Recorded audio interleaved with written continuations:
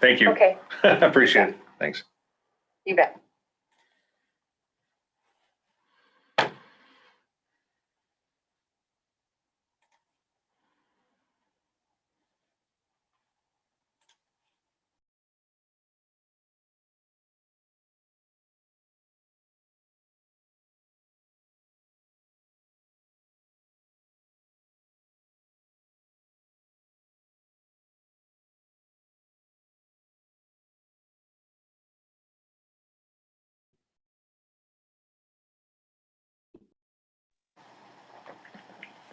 Afternoon, Casey.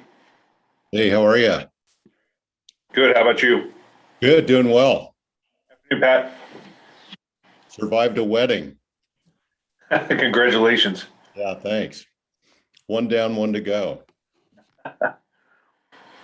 So can everybody hear and speak okay? All the mics are working? Can you hear me okay? I can hear you fine. Yes. That my video still does not work. It didn't give me the option for a video. It just said audio only.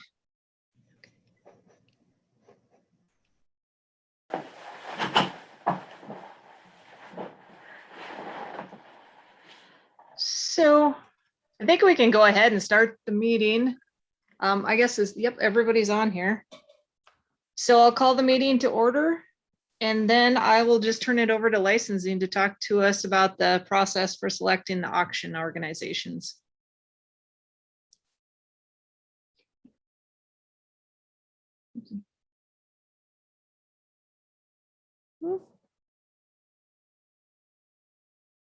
I guess I better ask, can you guys hear me? Yeah, I can hear. Yes. Okay. Hear you. I think Emily Cooper is making this first presentation, Chair. Okay, thank you.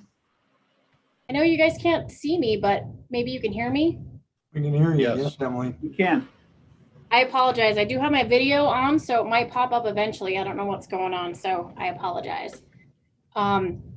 Director Warsek and Chair Rob asked me to give an overview of a little bit of history on the auction licenses, what the commission typically does and how we handle those here in licensing.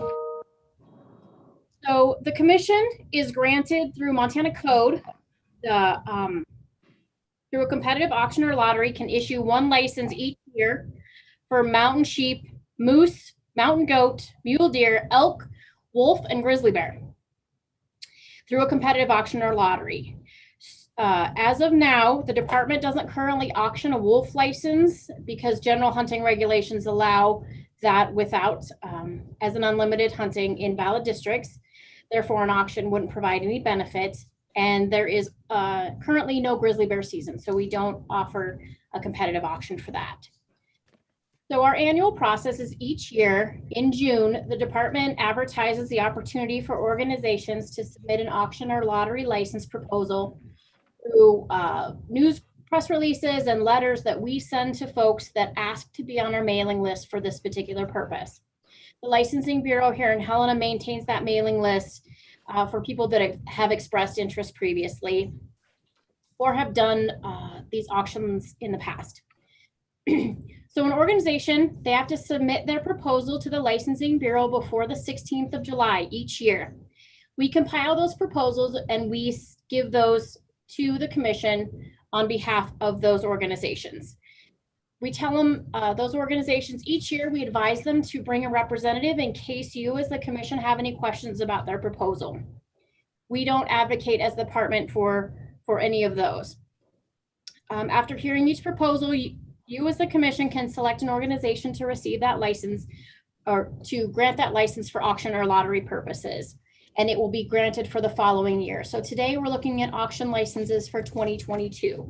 The 2021 auction licenses were handled last August. By administrative rule, all of these auction proposals must include a statement of that organization's purpose, copies of their bylaws or articles of incorporation, details on the organization's previous involvement in the conservation of special species, detailed organization's previous experience with auctions or lotteries, information on how those auctions or lotteries will be conducted, and an estimate of potential revenue that it might receive, and a statement indicating if they're going to maintain 10% of that auction revenue to use to cover their auction expenses. So by rule, they are allowed to keep up to 10% of those proceeds, but they have to detail what that is used for. Typically, most organizations keep that 10%. Rocky Mountain Elk Foundation historically has not. So after this particular year, for 2022, we have received proposals from the Wild Sheep Foundation for the sheep license, the Mule Deer Foundation for the mule deer license, Safari Club International, Great Falls for the goat license, Ducks Unlimited for the moose license, Rocky Mountain Elk Foundation for the elk license, and then Grand Slam Ovis Club for any license that they'd be interested in auctioning any of those licenses. Last year, just a little bit of a benchmark for these licenses. The total of those 5 licenses, I believe, brought in $624,500 just in auction revenue. So after you, as the commission, award these licenses to these organizations, then the department sends them a cooperative agreement that says Fish, Wildlife, and Parks will do this, and the organization will do this. Then they hold those auctions respectively, typically, between January and about April of the next year, and grant those licenses. They auction those licenses off. And so they have to return those funds back to FWP within a certain amount of time. Those funds must be used for the benefit of that species alone. And it is over and above what they're budgeted for. And where there are separate accounts set up for each of those, so all of the revenue and all the expenses for these auction licenses are closely monitored. And the Wildlife Division Administrator, Ken McDonald, and the Budget Bureau pay close attention to how this money is spent and how it's accounted for. You are allowed, if you purchase a license by administrative rule, you're allowed to be the successful bidder on the license and assign it to somebody once. For example, a father could be the successful bidder, but he wants to give the license to his son. Administrative rule allows you to do that one time. You can't do it 5 times, but they'll allow you to assign it. So we do have some forms and some paperwork for that. I do have a record because I believe Director Warsick asked me to prepare a record that I can share with you folks that says, since we started auctioning these licenses by species, who they were granted to and which organization had received them. Well, Emily, can I add something real quick here, Emily? Of course. So, Madam Chair, members of the commission, I'd ask Emily to go a little bit more detail on this, explain what the background was on it when we met today, so she doesn't have to do it on the 20th. It'll basically just come up. So this background is a little bit lengthy today, but it gives you a firm understanding where we're coming from, what this is about. And like she says, she will be sending out the history of who has issued them before, what they've gone for, and who the bidders were. So it'll give you a pretty good understanding of how it works. And it's a fairly simple process. It took a long time to get to this point, but the groups are set up to come in and go over this fairly quickly and answer questions if you need it. So I just wanted to add that.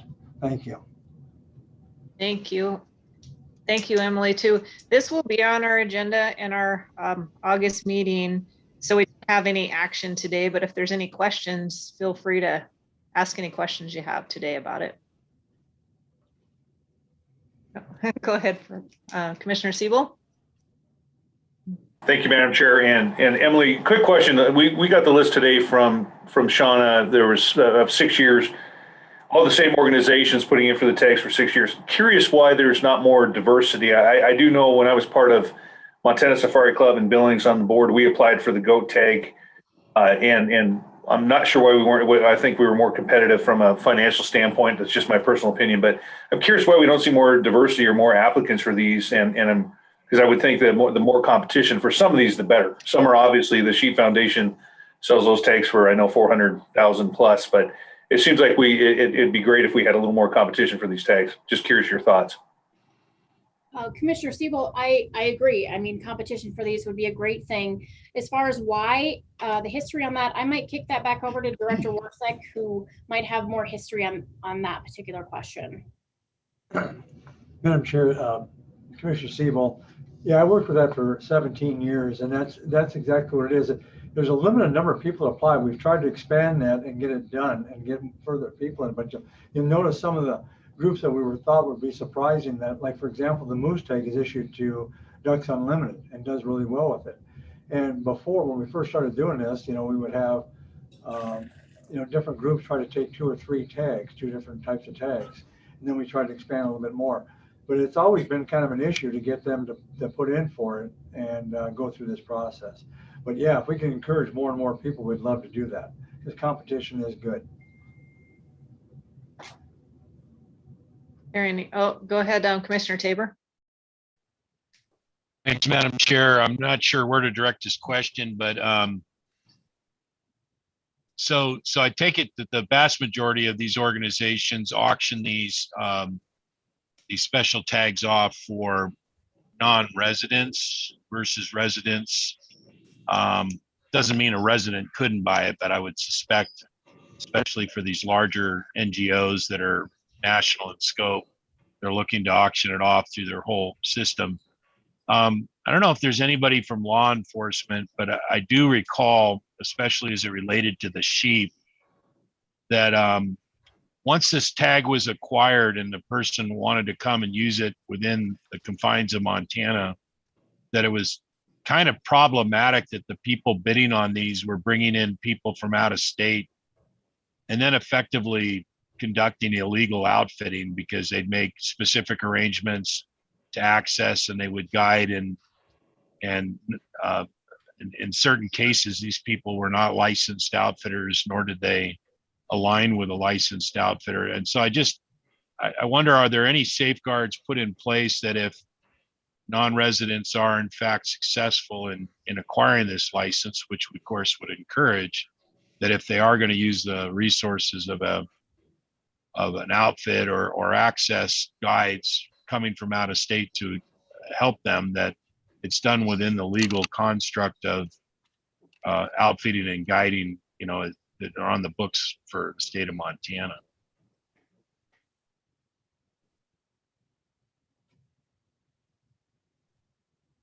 There's somebody that wants to take a crack at that.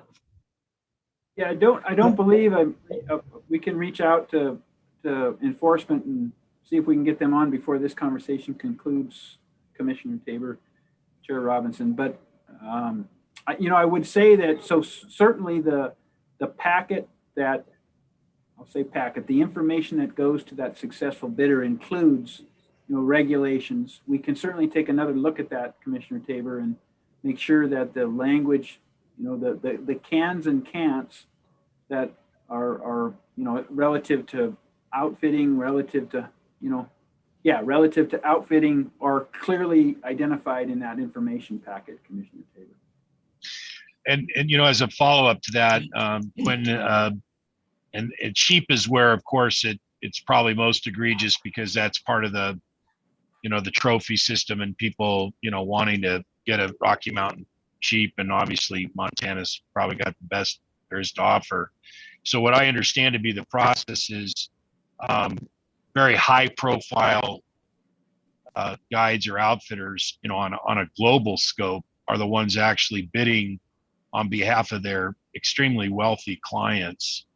And it's kind of similar to a Sotheby's thing, where they're on the phone and they're I've gone to several of these banquets and things and seen this process. And so I just want to make sure that the process has integrity, and that we, whoever is fortunate enough to both get the tag and those to assist them, including the NGOs that are benefiting financially from this, that at all times they're abiding by the legal structure within the state. That's really the objective.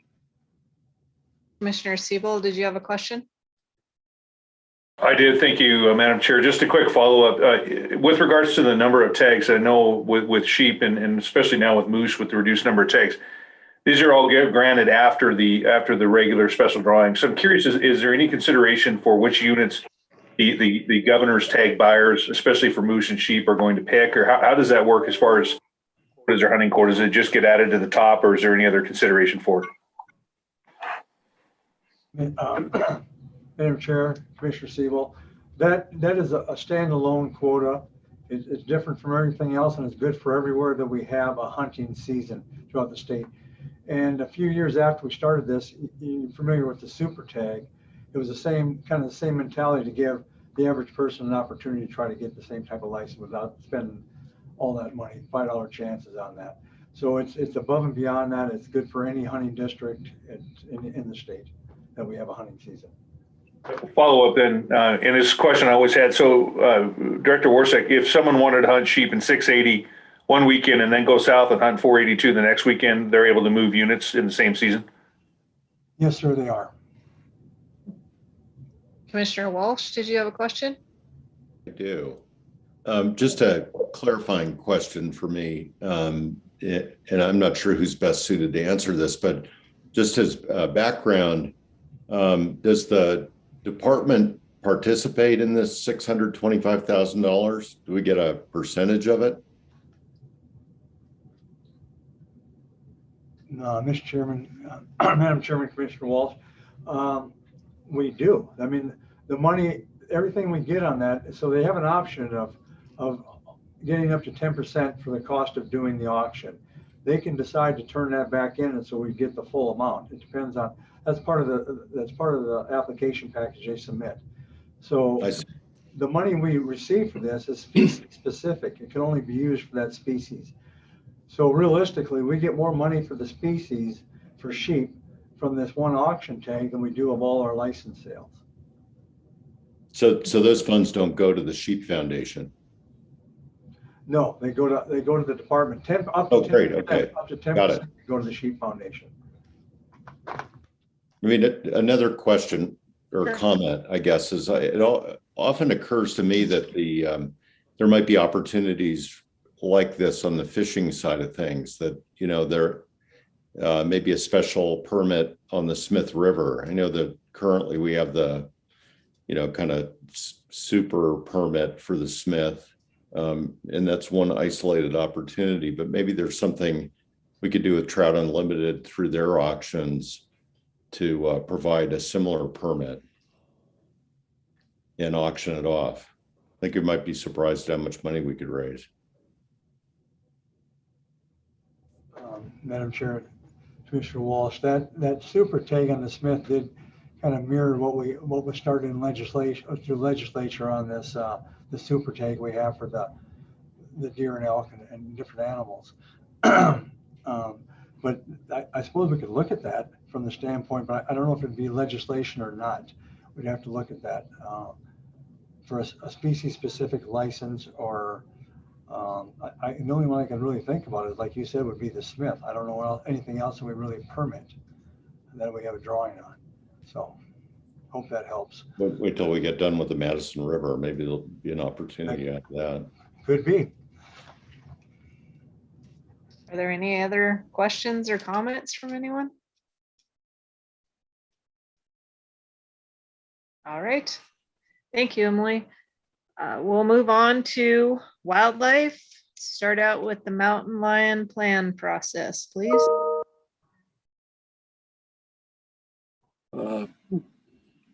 Good afternoon, Madam Chair, members of the commission. I'm Brian Wakeling. I'll be kind of kicking off this topic. We've actually got a number of folks with us today to kind of help explain, you know, where we are today, how we got there.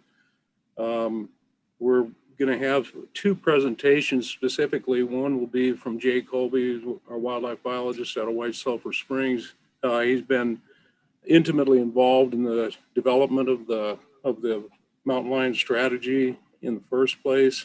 And we're also have Mike Thompson going to talk about some of the things that kind of led up to developing this plan, and kind of an example of how this tool can be used to help us. It kind of illustrates how we use this.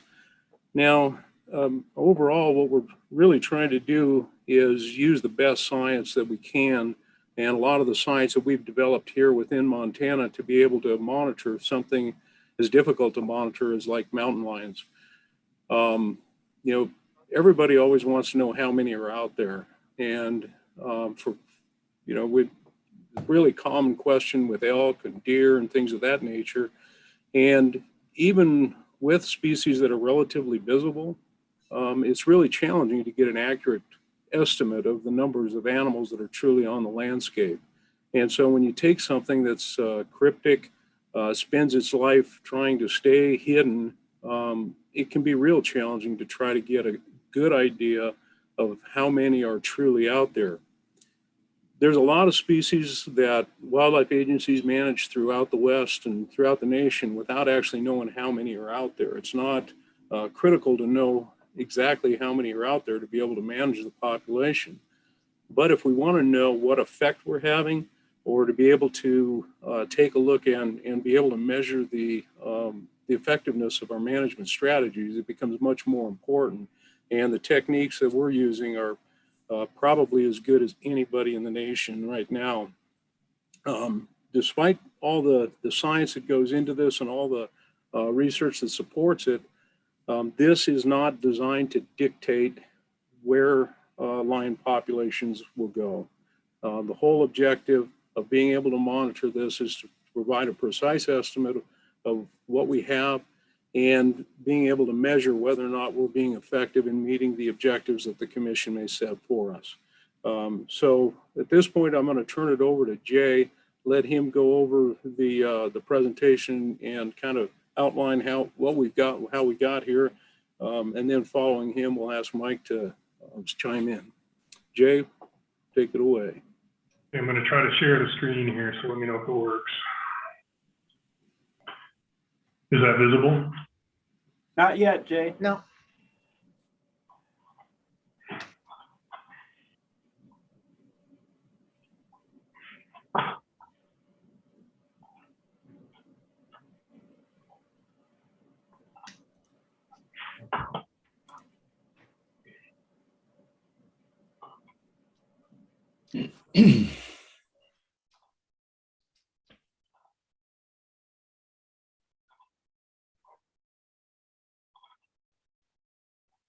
There it is, Jay. Thank you. Okay, Madam Chair, members of the commission, I appreciate the opportunity to present the monitoring and management strategy. We worked years to develop, and when I say we, I mean we, as a department, university collaborators, researchers from other states. It was a real group effort. It was finally adopted by the commission in February of 2019 as a final. So it's in effect now. And for the last two winter field seasons, we've actually done the field work that the plan describes to start to develop the kind of data that we'd hope to be able to provide the public and the commission in order to make management decisions.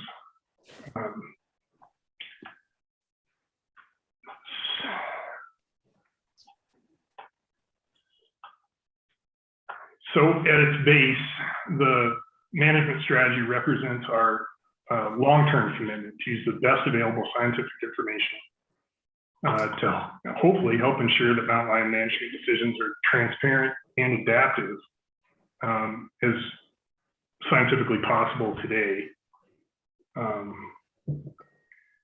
And as Brian mentioned, what it does not do is identify specific harvest or population objectives. Those change over time, and they should. And the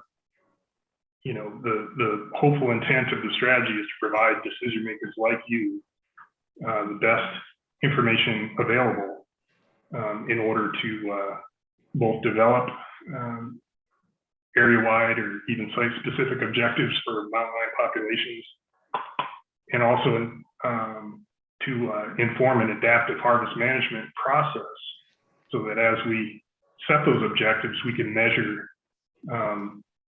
the extent to which those objectives are being met, and then adjust our management accordingly based on objective data. A little bit of history.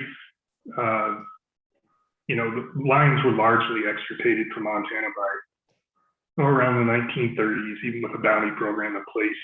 Those bounties weren't being taken advantage of. The bounty was abolished in the late 60s, and by or since 1971, when lions were designated a game animal like deer and elk, lions have really rebounded. They now have reoccupied almost all of their historically occupied range in the state. We've seen lion harvest in 50 of the 56 counties in Montana. We've also shown dispersing Montana into individual lions, contributing to the expanding population across the western and midwestern U.S. By all measures, Montana lion populations are doing very, very well today. Importantly, and this is a challenge that we've heard from some of the public, we have strong data to show that mountain lion populations across not just Montana, but the western U.S. are physically connected, and that manifests in documented genetic connectivity. And again, as Brian said previously, there was just no accurate way to count and monitor lion populations. And we tried. The best we had was input from the public, what they're seeing out there, and harvest data from our mandatory inspections, neither of which provided us with actual estimates of lion populations. And as you can imagine, or folks that have followed this over the last 15, 20 years, in my experience, lions have been one of the most consistently contentious species to manage, simply because we didn't have the kind of information we needed to make good and objective recommendations to the commission. That extends to both lion management and then questions as to how those lion populations affect prey populations. So beginning in the late 70s, Montana and other western states and provinces really invested heavily in fundamental field research of mountain lion ecology. Since the list on this slide, and it's just a handful of the large-scale research projects that have been conducted in Montana, and other western states and provinces have done similar work. We know a lot about lion ecology today that we didn't even 20 years ago. Some of the key findings from that research: mountain lion ecology is remarkably consistent. The species ranges from Patagonia to Alaska. It's one of the most widely distributed mammals on Earth. And the baseline ecology, the vital rates, think reproduction and age-specific survival, the propensity to disperse, that's consistent across the entire Western range. So we're able to rely on information from a whole host of research in order to inform our management. Reproduction and non-harvest mortality is generally unaffected by any reasonable level of harvest. And that's really important. So whether you're looking at an unharvested population or one that's fairly heavily harvested, the background vital rates are relatively unaffected by that harvest. So we can make some assumptions about lion ecology and then vary harvest in order to assess the effect of harvest on lion populations. That said, harvest can be additive to other forms of mortality. Unlike some species, think elk or other species we manage, human-caused mortality is added to that background natural mortality rate, and it's often the most important factor affecting population size and growth where harvest occurs. we can manage lion populations. Lions are particularly sensitive to adult female harvests. They call that sensitivity, and they're particularly sensitive to female harvests. Lions, if nothing else, readily disperse and immigrate. In some of the work that we did, a 10-year study in the Garnet Mountains, every single male lion born in that mountain range left, and others moved in. And that propensity to disperse is fundamental to understanding lion ecology. And lion populations locally reduced by harvest can recover rapidly if there are adjacent populations to serve as a source, even where we being other researchers have experimentally and intentionally reduced lion populations in a mountain range by 50 or 60%. When you tap the brakes and reduce that harvest, they can recover the pre-treatment levels by within 3 to 5 years. They're very, very robust to reasonable levels of harvest if other nearby sources exist. And that means that to be effective managers, mountain lion management should be considered and occur at a very large spatial scale. We're trained and used to managing wildlife at a hunting district level or a line management unit level. What we've learned is that those efforts will be often frustrated by the mountain lion's ability to disperse and recolonize,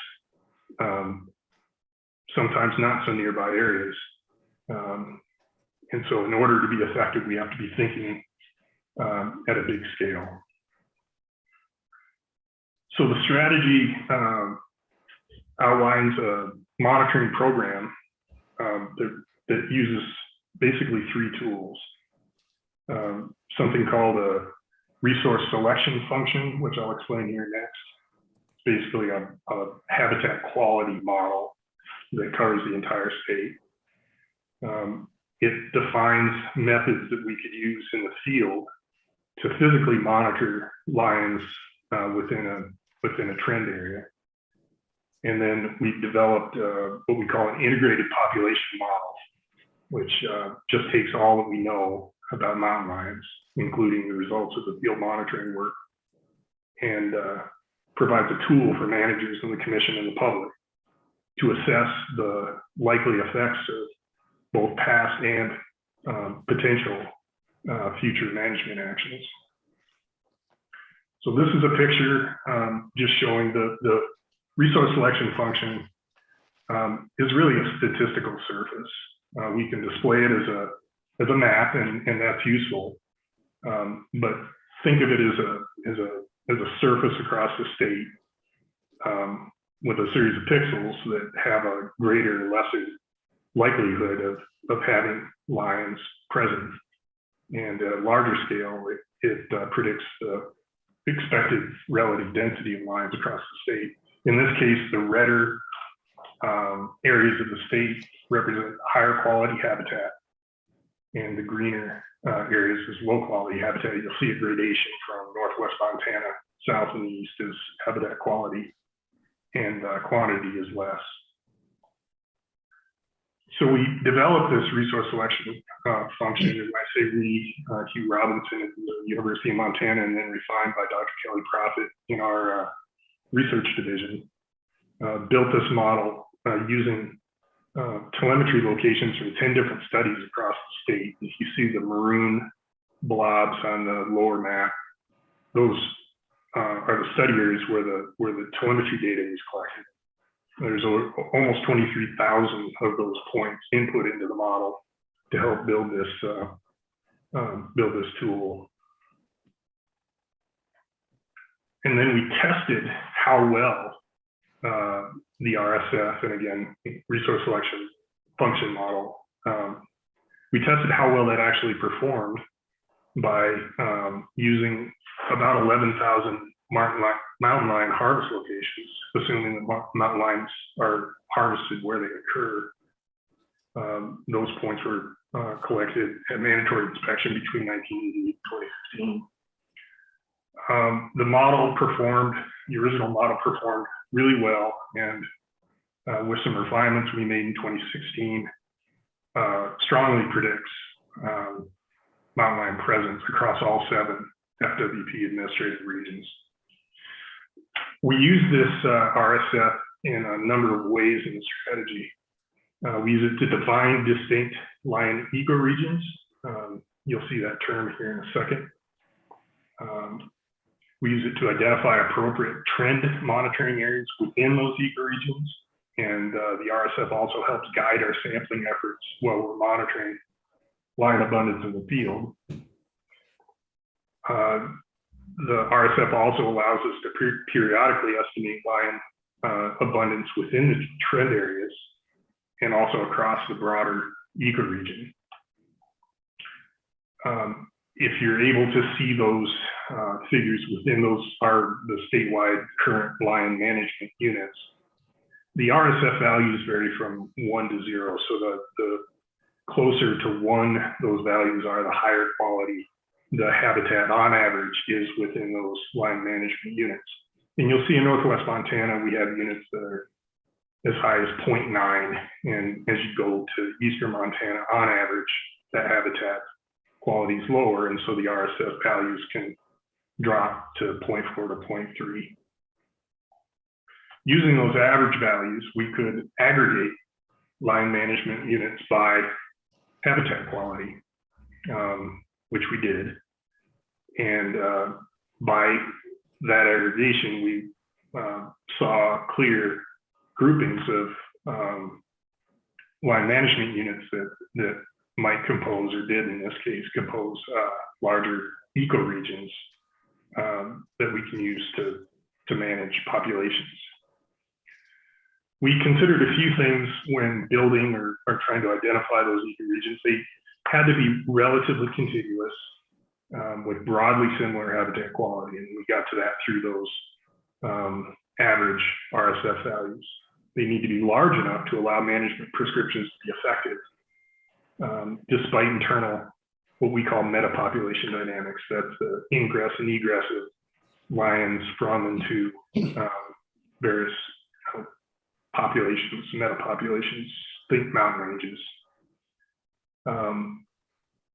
When they become large, and we've been assured by good statisticians that these are large enough that we can ignore the effect of in and out migration to and from those ecoregions, which it increases our ability to estimate populations for those areas. They need to be well distributed and represent the range of mountain lion habitats in the state. And the total number of ecoregions needs to be limited so that we can return often enough and develop population estimates for them often enough to be useful for management. If we had 10 ecoregions that we had to monitor through the state, we couldn't do it often enough to provide useful data to the commission. That effort's, of course, limited by FWP staff time and budgets. There's always a trade-off between the number of ecoregions and how often they can be monitored. I think the 3 that we do actively monitor is a useful balance. This is an example of an ecoregion, one that we've been working in recently.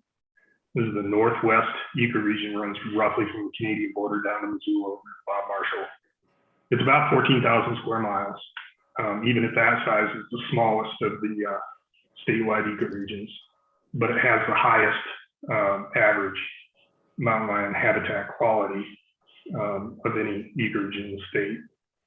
Within that ecoregion, we defined a trend monitoring area. We call it a permanent trend monitoring area, where we intend to continue to return over time to monitor populations, develop estimates for that trend area that we can use to compare to previous monitoring efforts, and also to extrapolate from that trend area to come up with a population estimate for that larger ecoregion.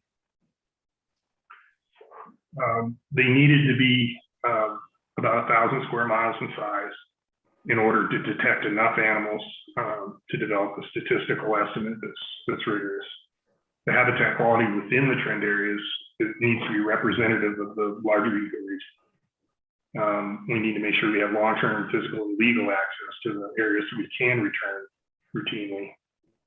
And managers and the commission need to be committed to applying management prescriptions for the trend area, at least the LMUs included in the trend area, that are similar to those that are applied to the larger ecoregions. So we don't want to do something significantly different within the trend areas compared to the larger ecoregions, just so that we can better extrapolate from there to the larger area.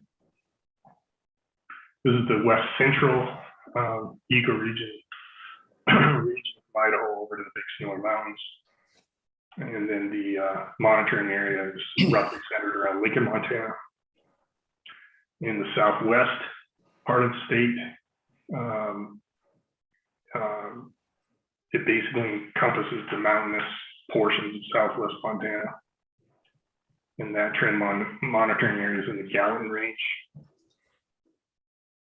And then the eastern ecoregion, it didn't make sense to attempt to monitor lines in the same way there. The habitat is patchily distributed. Much of the best habitat is located on Indian reservations where we don't have management authority, and we harvest relatively few lines there.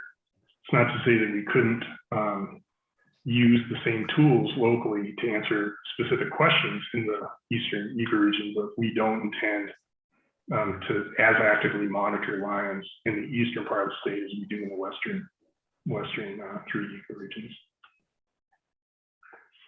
So in order to monitor lions, have been using a statistical method called spatial capture. I'll shorthand that to Seeker. It's become one of the most accepted and widely used methods to systematically collect data about wildlife abundance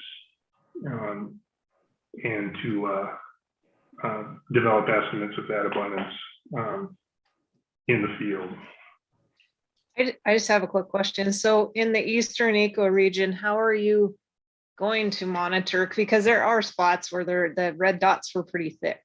Yep, and we had long meetings with managers there, with sportsmen there. The harvest in much of the eastern part of the state is more limited by years where you have poor tracking conditions, and those are pretty common.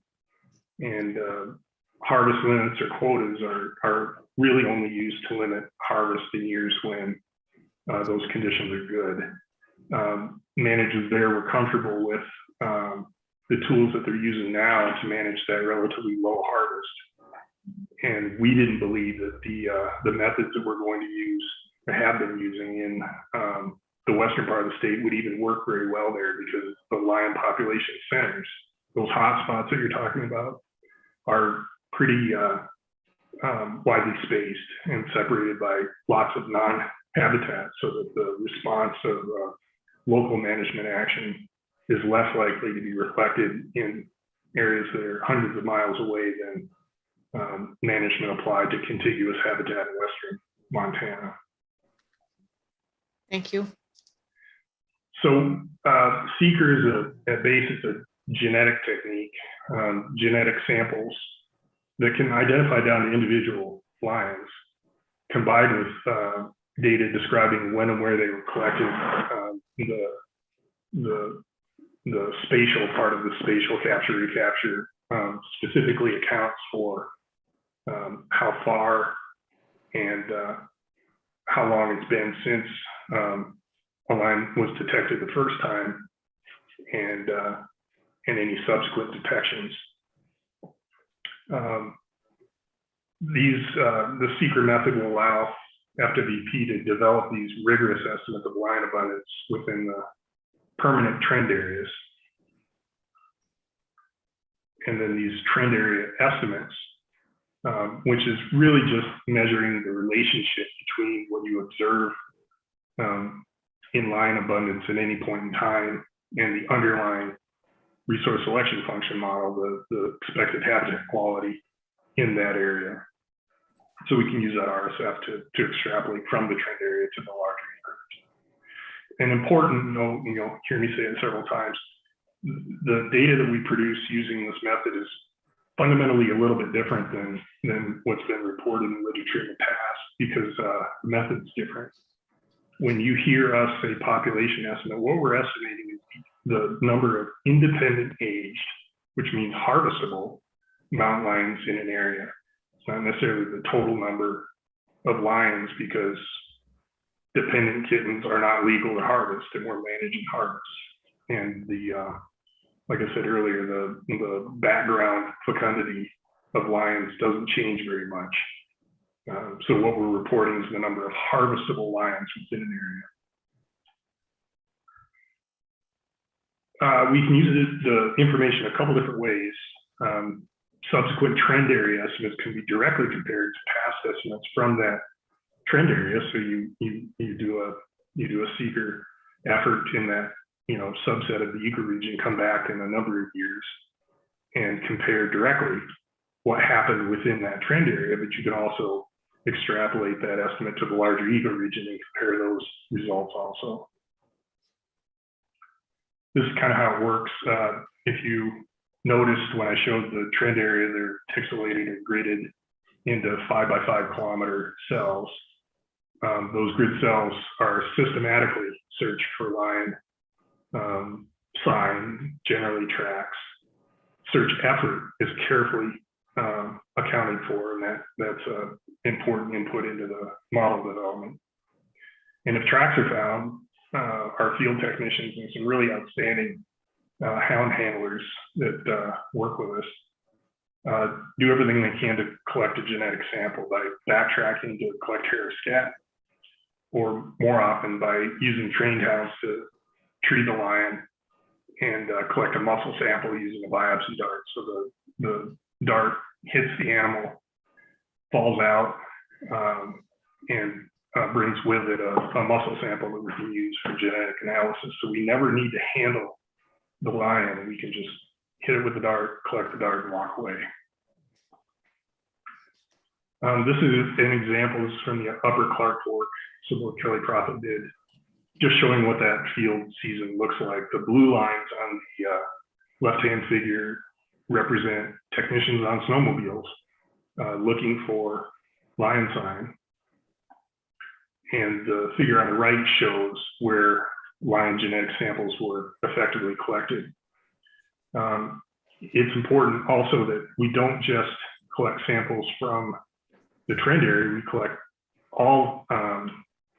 samples from all lions that are recovered in harvest in adjacent lion management units. So a lion that was first detected in the trend area and harvested outside of it provides us really important information about the fate of that animal, and also lends itself to the development of the population estimate.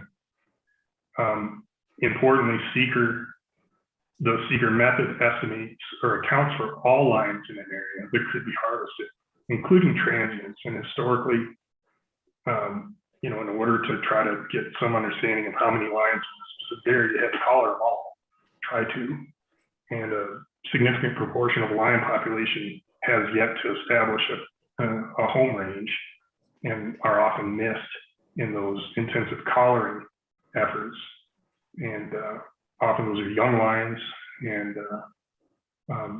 those young lions make up a significant proportion of our annual hunter harvest. And so it's really important that the new method accounts for all lions in an area that could be harvested. We've been doing this work for 2 field seasons now.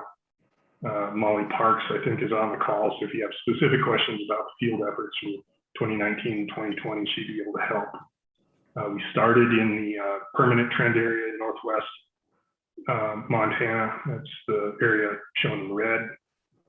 And we did what we call a supplemental trend monitoring area in 2020. The use of that supplemental area was described in the strategy. We're not sure if we'll need to continue to use those supplemental areas. We're still analyzing the extent to which that helps narrow confidence intervals around our ecoregional estimates, but we did conduct that in 2020, 2021, and we have those data available to us now.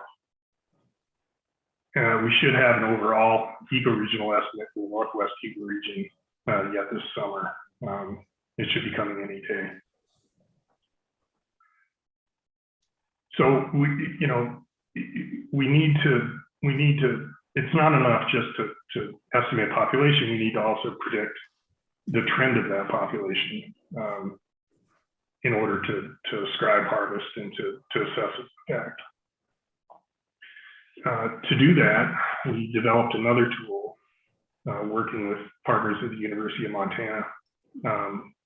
Primarily, it's called the Integrated Population Model, another acronym, but the IPM is just a tool that combines everything we know about mountain lion populations, including harvest, survival, reproduction, all those baseline ecological parameters that we've learned from field research. And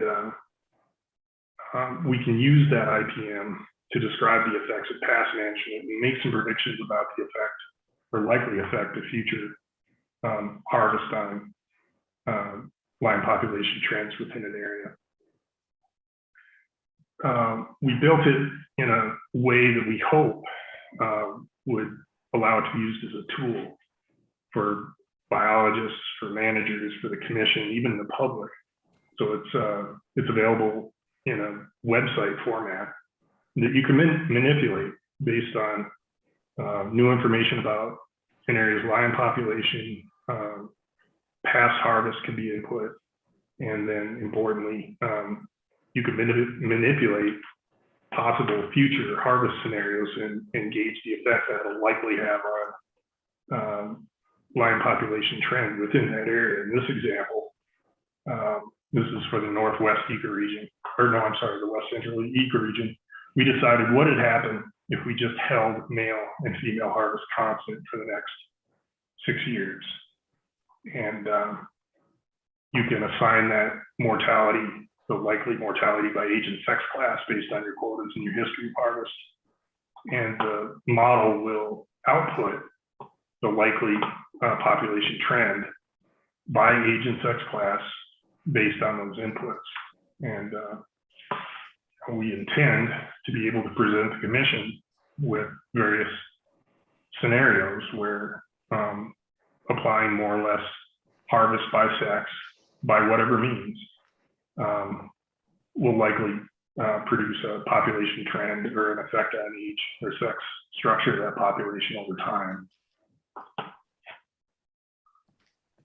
And then the IPM is specifically designed to accommodate those periodic ecoregional population estimates.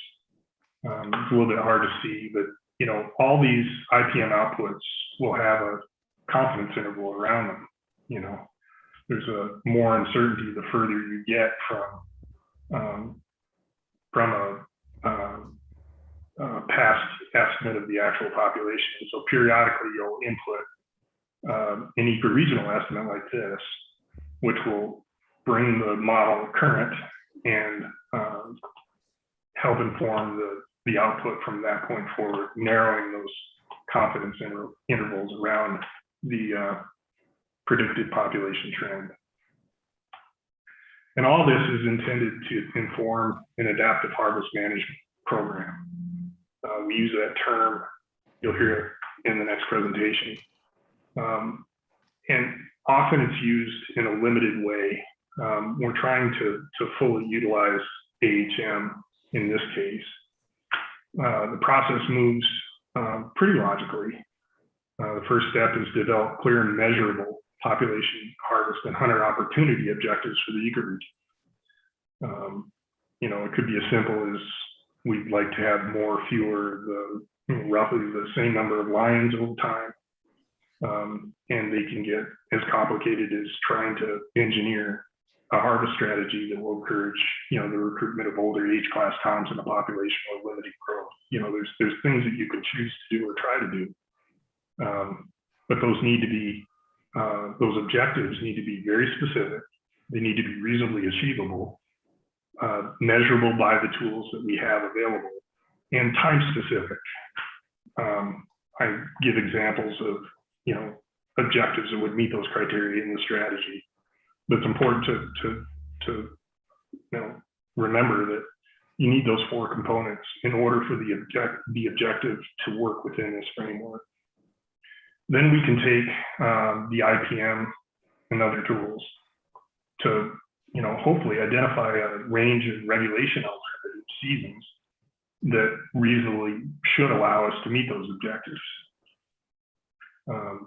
You know, the public and the commission evaluates that range of alternatives to hopefully learn which of those are most likely to succeed. And then the commission makes a decision about what to implement for the next period of time. Put those on the ground, and then we're committed to returning to monitor the effect of those past harvest regulations, the past hunter harvest on lion populations. Those objectives are almost 2-tiered, so you'll likely see proposals for an ecoregional population trend, you know, again, more, fewer, the same.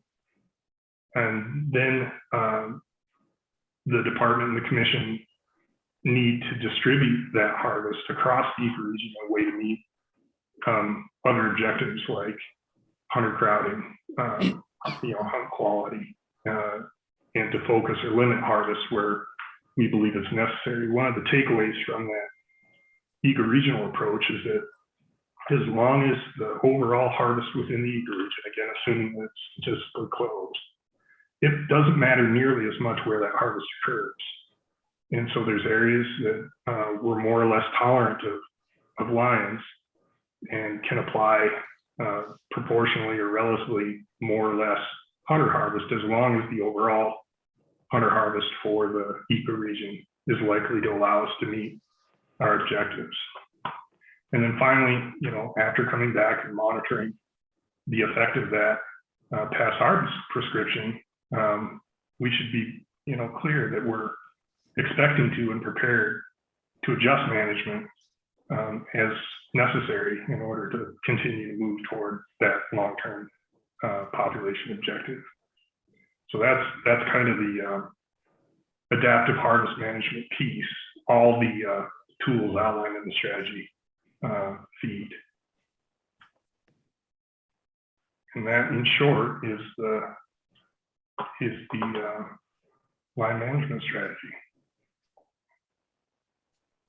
Madam Chair, members of the commission, it may choose to ask some questions now before we move into the next segment.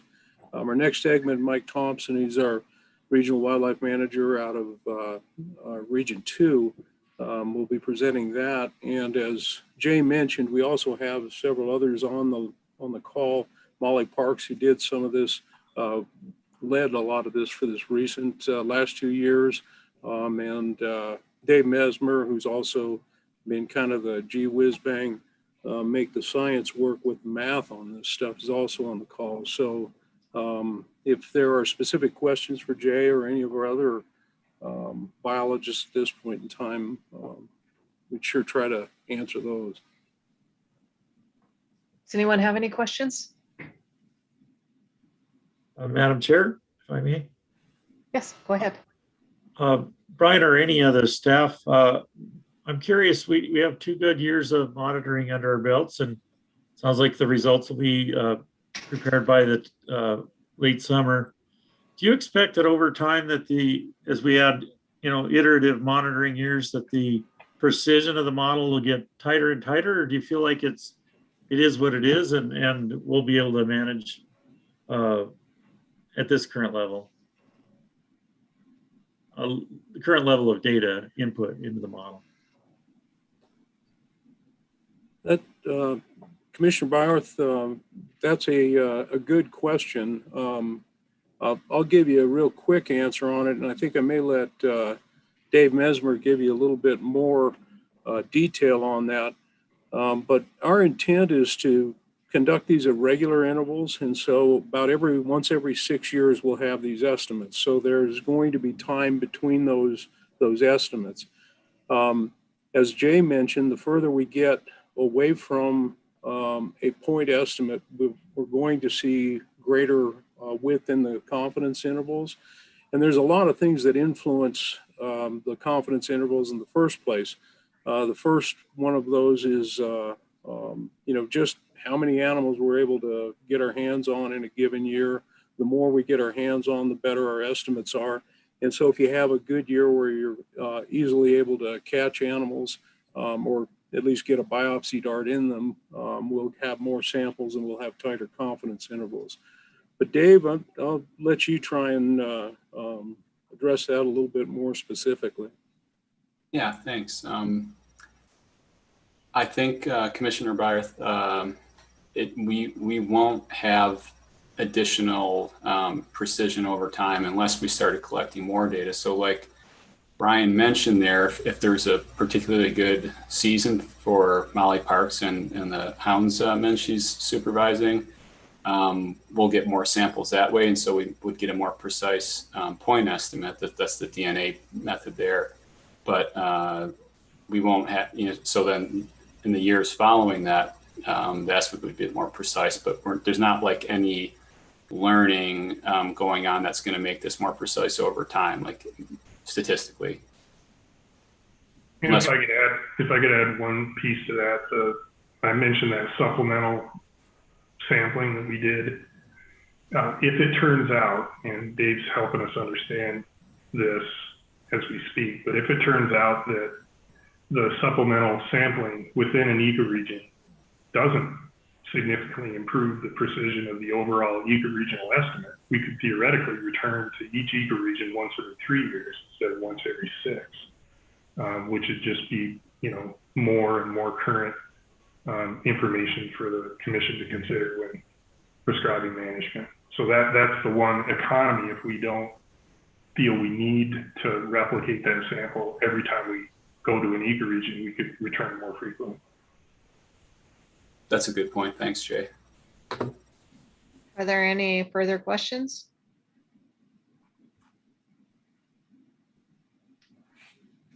All right, thank you. Okay, thank you. If there are no further questions, Mike Thompson, I'll call on him and have him share a presentation that, and this work actually occurred prior to the actual strategy development. It kind of led to it in a number of ways, but in some ways it kind of illustrates some of the opportunities we have with that. However, it's a little, can be somewhat a little bit misleading in that it's kind of on a smaller scale, and it was done prior to our recognition of kind of the scale that we need to be working on things. And so, Mike, I'll turn it over to you and let you elucidate us. I don't think I'm an elucidator, Brian. I can hardly spit it out. Can you see the presentation, folks? Yes. Yes. Yep. Okay.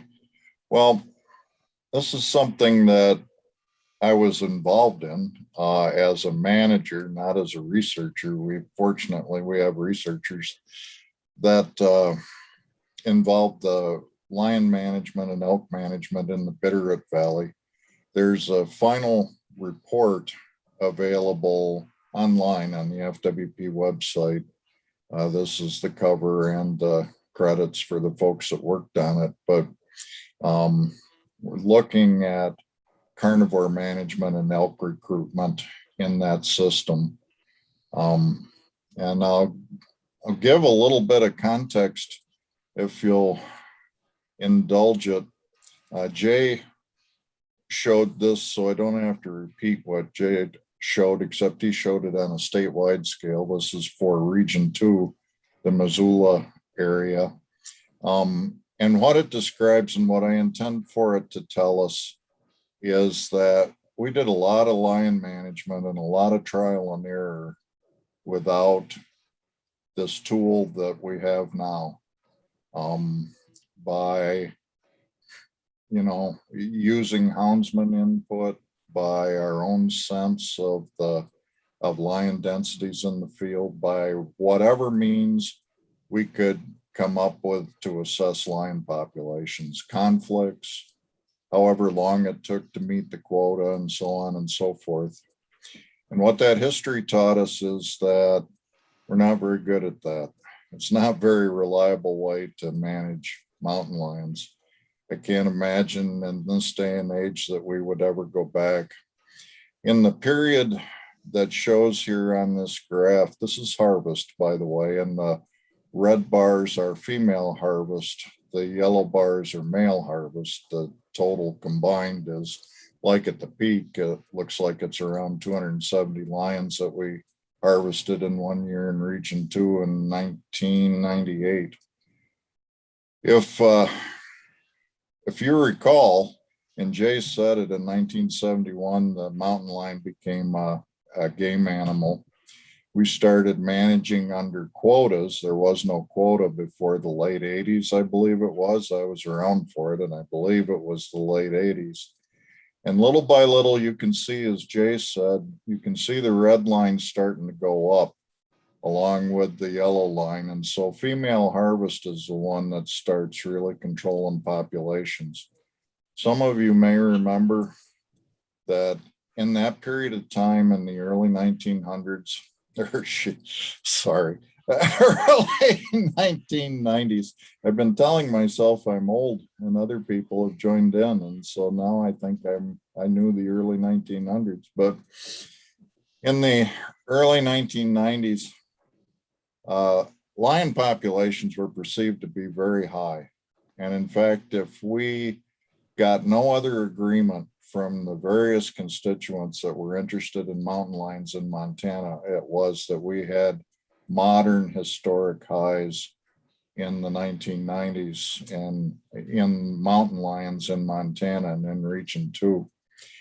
And we kept checking with houndsmen, is this quota right to meet the moment? Yes, yes, yes. And by the time we harvested all those cats in 1998, the lion population, if we can look back and reason, was probably already on its way down. And that harvest that we were doing was socially driven, not only from houndsman input about what's available in the resource, but the public's input on their own observations of lions, their conflicts with lions. Some of you may be aware that I believe it was in 1989 that a boy was killed by a mountain lion up at Evero. And when was it? Well, I can't remember exactly. Maybe 1998, there was another boy attacked out of Missoula. And so these things become very emotional, and our conflicts around human residences were extremely high. But what happened without the ability to look at data and to look at actual lion population levels? We did not have that ability, and so we didn't know when to quit. We didn't know how hard we had to back off on harvest and how soon we needed to do it. So you see that in 1999, we backed off a little bit, and in 2000, we backed off a little bit, and the information that was coming in, fortunately, was from a lion research project done by Rich DeSimone with our department. And he had collared 17 kittens in a 3-year period in a study area in the Garnets. Only one of those kittens lived long enough to reproduce. So we learned that we were really having an effect on populations. We learned that we didn't back off soon enough. And so you see a period of time here in the early 2000s where you don't see a very long red bar. You see female harvest down to near zero. And that's where our credibility was with lion hunters, with houndsmen, because they saw us over harvest and overreact to lion numbers in the late 1900s. And there was no trust available among commissioners, among houndsmen, certainly not about people who wanted to conserve mountain lions in general. For us to manage lions to any degree, we lost that space. And little by little, as wolves came on the scene, and as we learned more, and as we started to monitor or find in our monitoring in elk populations that we had some problems with prey. And so I'm going to move to that specific, and that was the lead up to our Bitterroot project that was a precursor to this current strategy. I only mean to emphasize that managing without the tools described and developed in this strategy, we've done that. We used up our credibility in that way. We can't go forward that way anymore. We have to move ahead. And so our experience with the Bitterroot Elk Project had its genesis in 2009, and therefore the Bitterroot Lion Project. In 2009, if you look at this graph of calf-cow ratios in April, so with 10 and 11-month-old calves that we survey each spring. If you look at 2009 at that gray line, that is 9 calves per 100 cows that had survived to the winter and were ready to enter the adult population. That is an extremely low level of calf production, unprecedented in Region 2. Calf survival. And so we saw that in the West Fork of the Bitterroot, a real important elk population. And similarly, when you look at Hunting District 270, we're talking about a landscape with 5,000 elk on it in the upper Bitterroot. And again, our calf-cow ratios were in the low teens. In 2010, it didn't improve much. In Hunting District 250, we were only up to, I think we went from, 7 to 9. We went from 7 calves per 100 cows to 9 calves per 100 cows in that period. So we had a problem and we wanted to get proactive about it.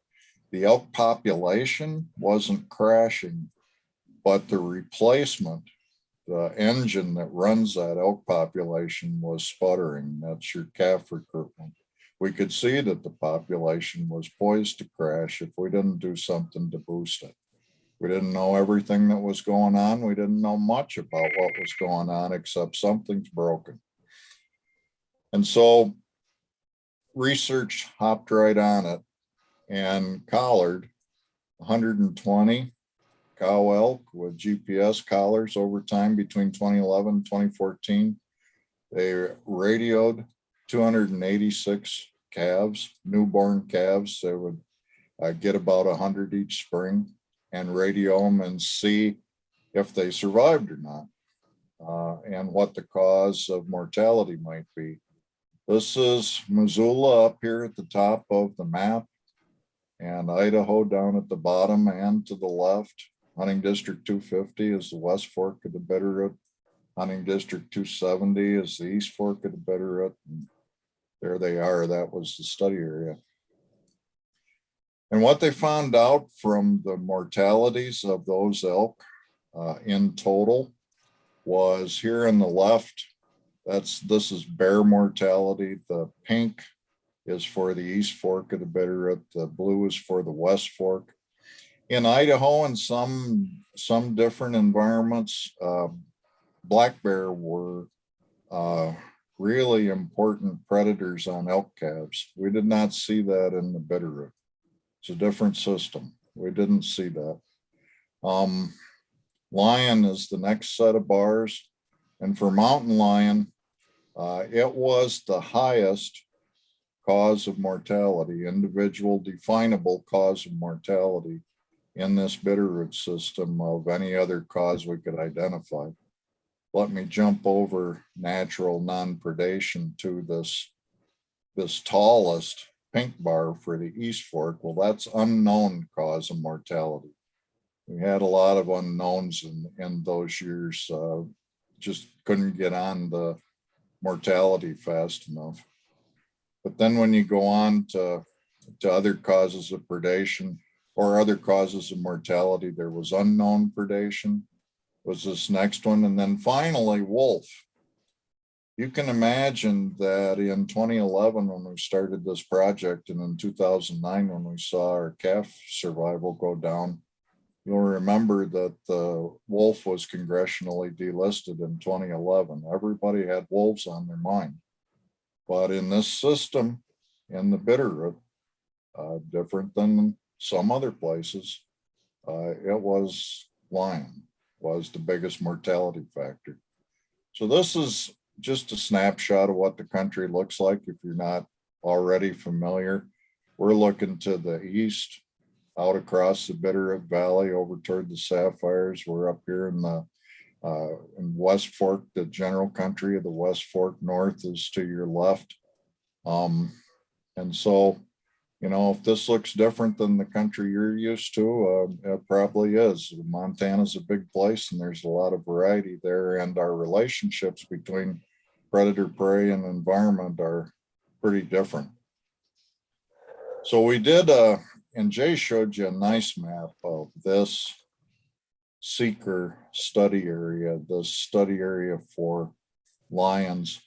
This was our design for mountain lions. So once we learned that mountain lions were the primary cause of calf mortality that we could identify, we wanted to increase lion harvest. And with that data on predation rates, and with that data on our calf survival, the commission agreed with us in 2012 to implement a proposal that would increase the lion harvest commensurate with an objective to decrease lion numbers by 30% over a 3-year period. We did not want to hammer, if you will excuse the term, lions in order to grow elk. That's not sustainable. We have to conserve lions as well and manage lions as well as conserve and produce elk and prey. But what is sustainable is some moderate reduction to let all the variables that play into elk mortality, to let those settle out and in combination be reduced. Let's not hammer lions to try to compensate for weather factors and other sources of mortality. Let's just temper that lion mortality a little bit and see if we can give the elk a jump start. And so this red checkerboard that you see there is our control area, and all the pink area that you see is an area where we were trying to manage lions for that 30% reduction. Then we estimated lion abundance in this red area, and then we had a control area where we did not mess with lion abundance to see if there's a difference between those two strategies. And so this was where that DNA spatial capture effort was. There was pioneering work done there by Kelly Prophet and Ben Jimenez. And this just shows you methods and study area. That's what Jay talked about. And I will jump to results. On the left here, you see the Bitterroot study area lion population level, estimated population level of 161 cats, independent lions, in 2012 at the start of the treatment, at the start of the reduction.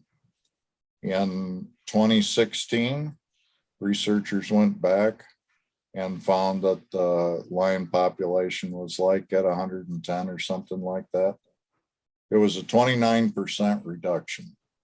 Well, that was a combination of a good guess and some luck. Jay was was instrumental in predicting what harvest we would need to have in order to get that reduction. And he must have anticipated all the variables of luck that factored into it, because he only missed by 1%. In that control area where we did no treatment on lions, lion numbers just by chance actually increased just a little bit, but it wasn't statistically significant at all. And so we did achieve a reduction in lion numbers. What happened with the elk? Well, here on this graph, looking at the West Fork, the first graph on the left is the West Fork. And when you look at the first dot on the left, that was before our treatment. And this shows you a low survival probability for elk calves. During the treatment, during that 2014 period, our elk survival went up while we were doing that lion treatment. It tapered back off again. The elk survival tapered off, not quite as low as before, but it tapered off after the treatment, as you would expect if we were having any effect with our lion experiment. You see the same pattern in the East Fork. Another way to look at it is recruitment ratios. And for 2007 to 2011, before we started treating mountain lions, it was relatively low. Then we did, and we got a big bump in 2013 in our elk recruitment. And then that has tapered off as we backed off on that temporary lion harvest to give elk a chance to get going. You can see that on that control area in the Clark Fork, it was pretty steady. The elk recruitment was pretty steady where we did not mess with lions. Then Jay was involved in this along with Kelly Prophet and people and some experts from out of state working on the IPM, the integrated population model. And we worked with a group of the public in a structured decision-making process, 12 people who were intensely interested and involved in the lion management controversy. Brought these good minds to the table, and they set down their preconceived notions and they worked together. And they finally asked, what would be the consequences of our alternative lion strategies? What would happen to the lion population? And the experts came back using real data and the best data that we could come up with. And they estimated, first they found quite a bit of uncertainty. They expressed that, in the long run, if you assume a high number of lions at the high end of a confidence interval, remember, we didn't have this all figured out and well understood at the time. It was all in progress. If you're on the high end, you're going to have a difficult time moving the population down if that lion population is at the top end of our assumptions. If, on the other hand, our estimate is pretty accurate, you're more conservative, lion regulations will allow the population to level out and eventually increase again, whereas your more liberal harvests will drive that population down. And again, if on the low end of a confidence interval, you're committing with some of the alternatives that the group came up with, you're committing to a longer term decline. And so people could see for themselves that, holy cow, the difference of harvesting a single lion here, there, and wherever is negligible. It also shows and demonstrates that it is at a large scale where we conserve lions. And in focused areas where we feel like we need some kind of a management push in some direction or another, we have some latitude to do that without affecting the population significantly at that ecoregion scale that Jay was talking about. And that's the conservation buffer that we've got and that we've learned about and that we can quantify now. So in the past, the argument has been, well, you're going to wipe lions off the face of the earth. And frankly, we didn't have a lot to stand on to dismiss that possibility. Likewise, you're going to have lions overrunning all our prey populations, and we couldn't say otherwise. But now with this tool that Jay is talking about and with the strategy to implement it, we can address those concerns. So we can talk more about the common ground of a range of reality. Boy, after being through the ups and downs of working without information, I can tell you it's pretty exciting to look to a future where we can work with information at hand. So that's all I had. Anyone have any questions? Go ahead, Commissioner Siebel. Thanks, Madam Chair. And Mike, I was pretty amazed at how quickly that population in the west and east, or the elk recruitment rate, came back and started approaching the pre-treatment levels. I'm curious what you attributed that to specifically, if it was an expansion or growth, natural growth of the lion population again, or was it lions moving around from the control area?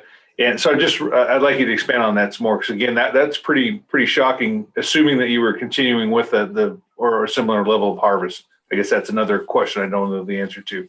So appreciate you expanding on that. Oh, you bet. And do I have the answer? No, I do not. But because there's a lot going on there. One thing that happens, I think that, and Kelly Prophet concluded this with her final report, was that there's a lot of circumstantial, if not proven information to suggest that the lion harvest really made that difference. Remember, contributed heavily toward that difference during the period when we were applying the lion harvest.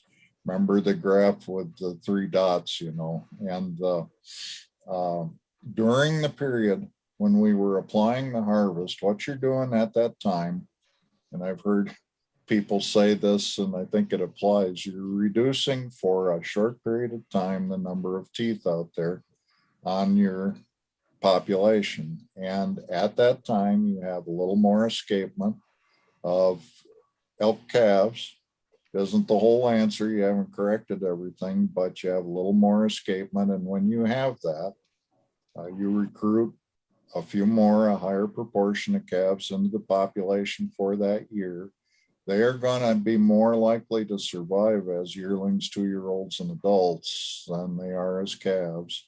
And they're going to produce calves, and all of a sudden your population is building. And that effect is going to ripple and carry on for quite a number of years after that first initial change in the environment that you've stimulated there.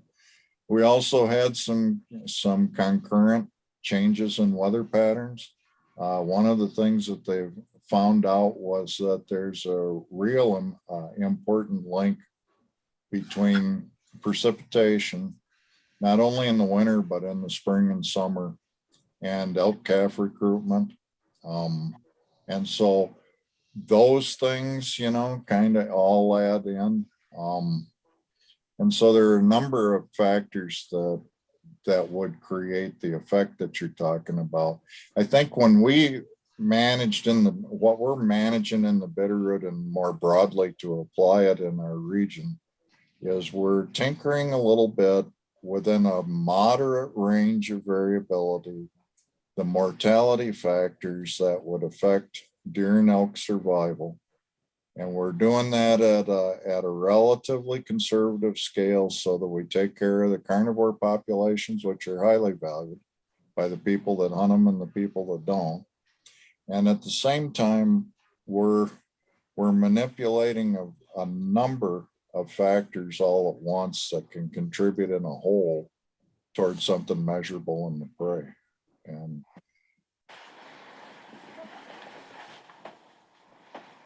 Are there any other questions? Commissioner Walsh? Thanks, Chair Robinson. First, Jay and Mike, thanks for the very informative presentations. And I was really curious about the relative mortality effect of wolves versus lions. And I'm wondering if that's flipped, or if you see hunting districts where today the wolf predation on elk calves is more significant than that of wolves. I mean, of lions. Brian, I have a little something. I don't know if Jay does. I don't know if you do, but I might start. A piece of work that I'm familiar with from the Journal of Wildlife Management was a comprehensive look in Idaho from looking at a composite of the radioed elk from Jeepers, 20 some odd studies, I think, that they had done on elk in Idaho, and they looked at elk survival, starting with calves that they captured in the winter. So they're missing that neonatal period. They're missing the period from birth until their first winter. That's important because that's what we measured. But taking it from their first winter forward, what they found out was the most important predation factor was mountain lion. I was a little surprised, but right there behind them, I mean, right there, almost the same level, was wolf. And in the systems that include the panhandle of Idaho. So you're looking at something very different there. You're looking at a system where the wolf plays a greater role. Information that, and please correct me, Jay or Brian, information that I remember from Yellowstone. Of course, that's influenced by the fact that lions are not very prevalent in abundance at all in Yellowstone. They're much lower prevalence in Yellowstone than up here in the northern part of Montana. But it was wolves were a big factor in winter, and grizzly bears on elk calves as the calves were being born.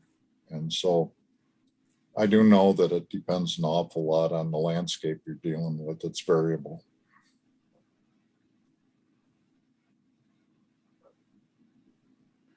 Jay, you're muted. The only thing I'd add, Mr. Commissioner, and Mike touched on it, our best early estimates, and we'll have better as we go on, but, there's 4,000 to 5,000 lions in Montana, give or take. There's 1,000 to 1,200 wolves. And given the system, those proportions vary. But, at the end of the day, it does come down to relative predator abundance as much as anything to do with the inherent nature of those two predators. And Madam Chair, our Region 1 wildlife manager is also on, and Neil Anderson. And Neil, if you had anything to add to this conversation from your perspective, please feel free to do. Sure, Chairman Walsh, members of the commission, this is Neil Anderson. Yeah, I think the key thing that Mike touched on a little bit is the variability across the landscape. So if you look at the best population estimates we have for wolves right now in Region 1, up in our area is about 500. We'll see right now, like I say, we're still waiting for the lion population estimates to come by, but our best guess is probably something maybe double that. And so as Jay Colby mentioned, it's those two predators can be fairly efficient. And it probably has something to do with density on the landscape, as well as the habitat and escapability, if you will, of those prey species on the landscape. The other thing that Mike talked about was weather. And so up here, weather is a huge driving factor on ungulate survival, especially those neonates, those young juveniles. And so that can actually have a big impact on overall survival. So it is a fairly complicated system, unfortunately, and we're just going to be starting this hopefully here in the near future.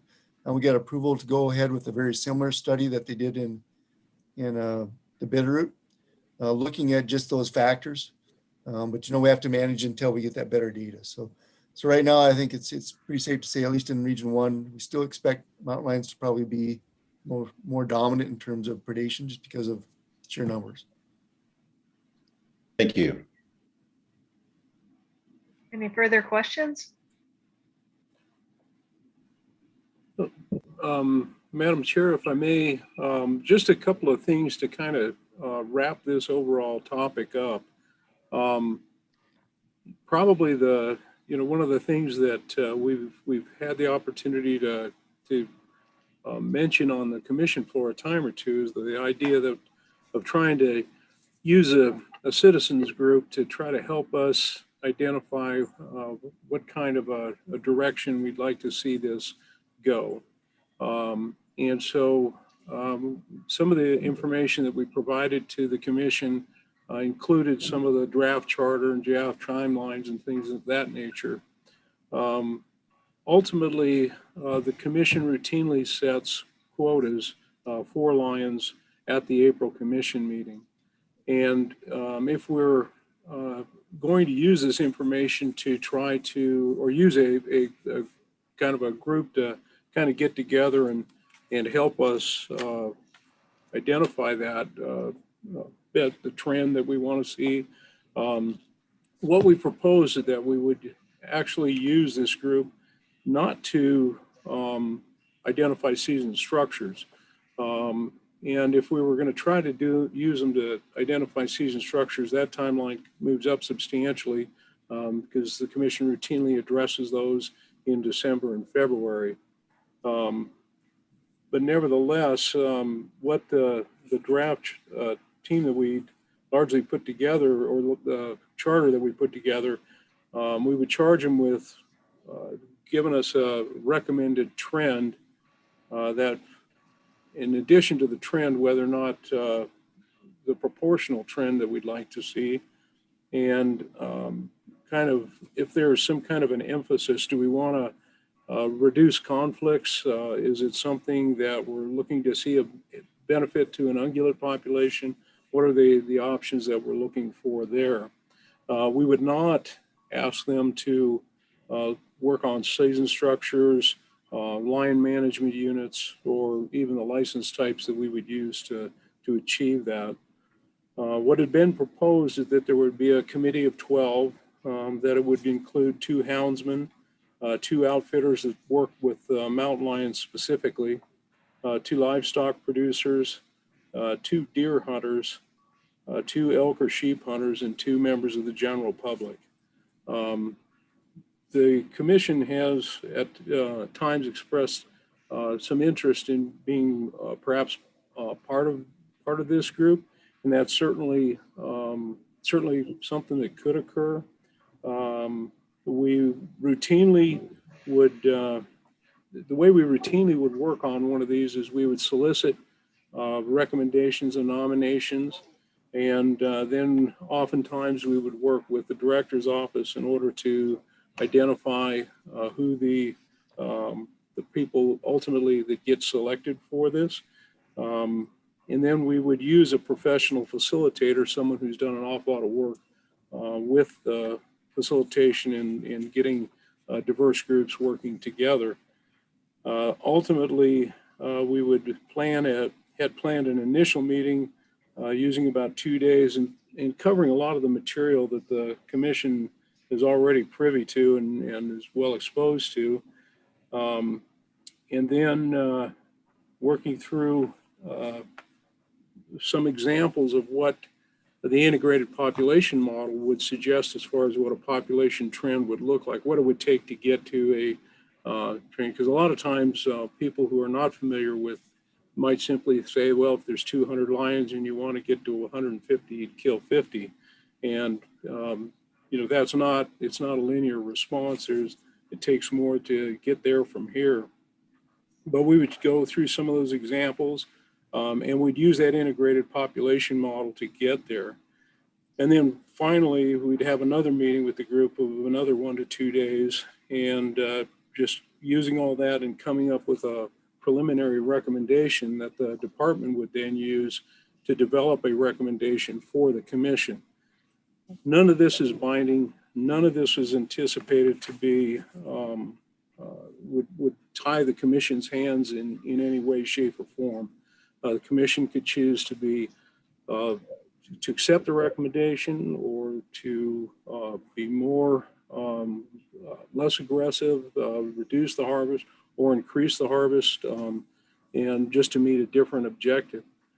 Oftentimes, people have perceptions about the numbers, and sometimes our objectives might be something more subtle. For instance, the example that Mike Thompson presented, our objective in that situation wasn't necessarily tied to a population of mountain lions, but it was to see a response in an ungulate population. If we know that that is a cause and effect, then we can try to get that effect for the ungulate population. Or it may be tied more to a frequency of conflict situation. We may want to have fewer depredations. Those could all be objectives that we're trying to meet. And then we use this technique to try to help us understand what it takes to get to that point. Or it could be a proportional reduction of that lion population. It's probably the easiest to mention, or for especially the public to get their minds around. We mentioned that we'd expected to have an estimate of the number of lions within the Northwest ecoregion, and we do have some preliminary numbers. Because of the complexity in the math, it's something that we certainly want to double check and triple check. And I wouldn't hang my hat on this number just yet, but as Neil mentioned, looking at the numbers of wolves versus the number of lions, right now, our best estimate is that we probably have about 1,300 lions in that Northwest ecoregion. But again, as I mentioned, that's preliminary, and we don't have, haven't rerun the numbers, but it's probably pretty close to that number. Does the commission happen to have any questions in relation to those topics? Commissioner Walsh. Just a quick one, and that is, are we being asked to increase or decrease the limit on lions in the coming season? Madam Chair, Commissioner Walsh, at this point, we're not, we haven't prepared any recommendation. What we're hoping to work with the public to try to establish some objective. And if at that point we would use that objective to adjust our or develop our recommendation on the number of quotas. And the challenge we have is that initially we had wanted to put this group together so that we could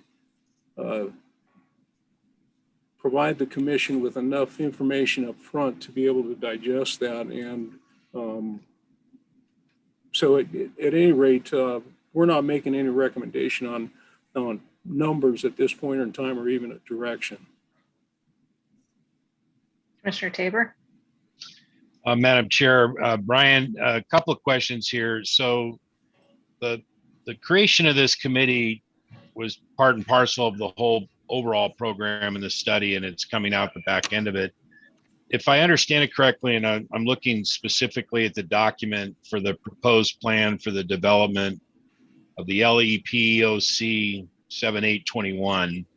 And so we have a couple of objectives there. One is target population trend. So either increase, decrease, stabilize. So if I understand this correctly, this group of 12 would do that for each and every ecoregion. Is that correct? So they would make a decision, go up, go down, stay even for each. That would be one of their work products. Thank you, Chair. Excuse me. Thank you, Chair, Vice Chair Tabor. That's an excellent question. One of the things we mentioned as we were talking about this is kind of the staggered approach that we would take on this. So right now, we're talking about the Northwest ecoregion. So this would be a group of 12 that would provide us with a recommendation for the Northwest ecoregion. Okay. We don't have this baseline information yet for any of the other ecoregions. And so, the objectives with those other areas, we wouldn't be using this approach to establish that. Okay, follow up, Madam Chair. Sure, go ahead. So a couple of comments then. Would the steering team for this or the department be open to, I think, having the commission be the decision makers relative to the composition of the committee? Because as I look at the three major recommendations they're going to be coming up with, it does have a lot of the same controversial elements as many of our other committees do, where it's going to draw on a lot of different emotions, and it feels appropriate that the commission have the final approval of who makes up that committee. The other thing I wanted to ask was specific to so with the members of that committee, since it is focused on the North ecosystem, would they be people from that region or from that bigger, broader footprint, combining, I guess, primarily regions 1 and 2? Would that be where we would be soliciting the members of this committee for their input, since they're the ones that are living in the area and directly impacted by it? Yes, sir. That it would be our intent, would be to select from that area. Certainly the commission's prerogative to have the decision on the membership. The only caution I would offer in that is, in so doing, we need to be cognitive of the amount of time it's going to take them to, I guess, to put it succinctly, we need to be expeditious in our selection of that committee. And I see Neil has his hand up, and so I invite him to kind of help answer this question. I do have a quick question though before you answer, Neil. So what you said though, that we would have the final, these would be recommendations coming out of this committee. They would not be making final decisions. That is absolutely correct, Madam Chair. Okay. Go ahead, Mr. Anderson, please. Madam Chair, Vice Chair Tabor, I just wanted to offer a little bit of, maybe a little bit more clarity. So each ecoregion would have their own citizens committee to assess lion population. So the Northwest ecoregion would have their own committee. It'd be made up of citizens from that ecoregion. And so the West Central would have their own ecoregion committee. Southwest would have their own ecoregion committee. I don't know if that helps clarify things. So the Northwest ecoregion group would only be looking at Northwest ecoregion lions in that population. I have a quick question too. What is your timeline of how quick do you want to get this put together? Because we will have another commissioner in the Missoula region, probably October. Yes, Madam Chair, an excellent question. So our original plan was to have the final meeting with the work group about end of October, maybe a little bit earlier. So long as we can actually have their recommendation to us, probably say by February. If we could get a recommendation kind of finalized by February, then that group would have sufficient time. Then the department would have sufficient time to evaluate their recommendation, put it into a final recommendation for the commission, be able to get that out to the commission for the April meeting. We're basically envisioning about 2 meetings for that group, probably 1 or 2 day meetings. If we're trying to do it alongside season setting and a number of other things in there, if we could have a group somewhere around formed by October, I think we might be able to get through. I wanted to say skin this cat. We can probably get this to fruition. Neil, Mike, would that fit timelines the way you're thinking about it? Yeah, I think if we can, members of the commission, yeah, I think if we can get a committee formed earlier, the better, obviously. And I think how many meetings we have will probably be dependent on how much information and how quickly they can digest that. As you heard Mike Thompson talk about when he did this with the group there, getting through the seeker estimate and how that works in the IPM it takes a little bit of information, and it's hard to trust a system when you don't understand it. So I think there's going to be some upfront educational information that we're going to have to provide before they can kind of get into the nuts and bolts of deciding, how many lions do you want to have? What kind of a population structure do we want to have? Do we want to have more males in the population? Those kind of objectives that Brian alluded to. So I think, yeah, the sooner we can get a committee on the ground, up and running, the better chance we have of meeting that April deadline for having a decision. Commissioner Tabor, did you have a follow-up?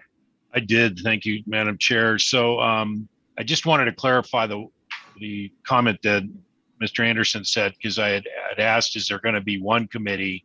And I think I heard, yeah, just one. But then I heard later on there's going to be more committees. I guess they'll be coming later. Yes, so at least. Excellent question. Each ecoregion will have its own committee.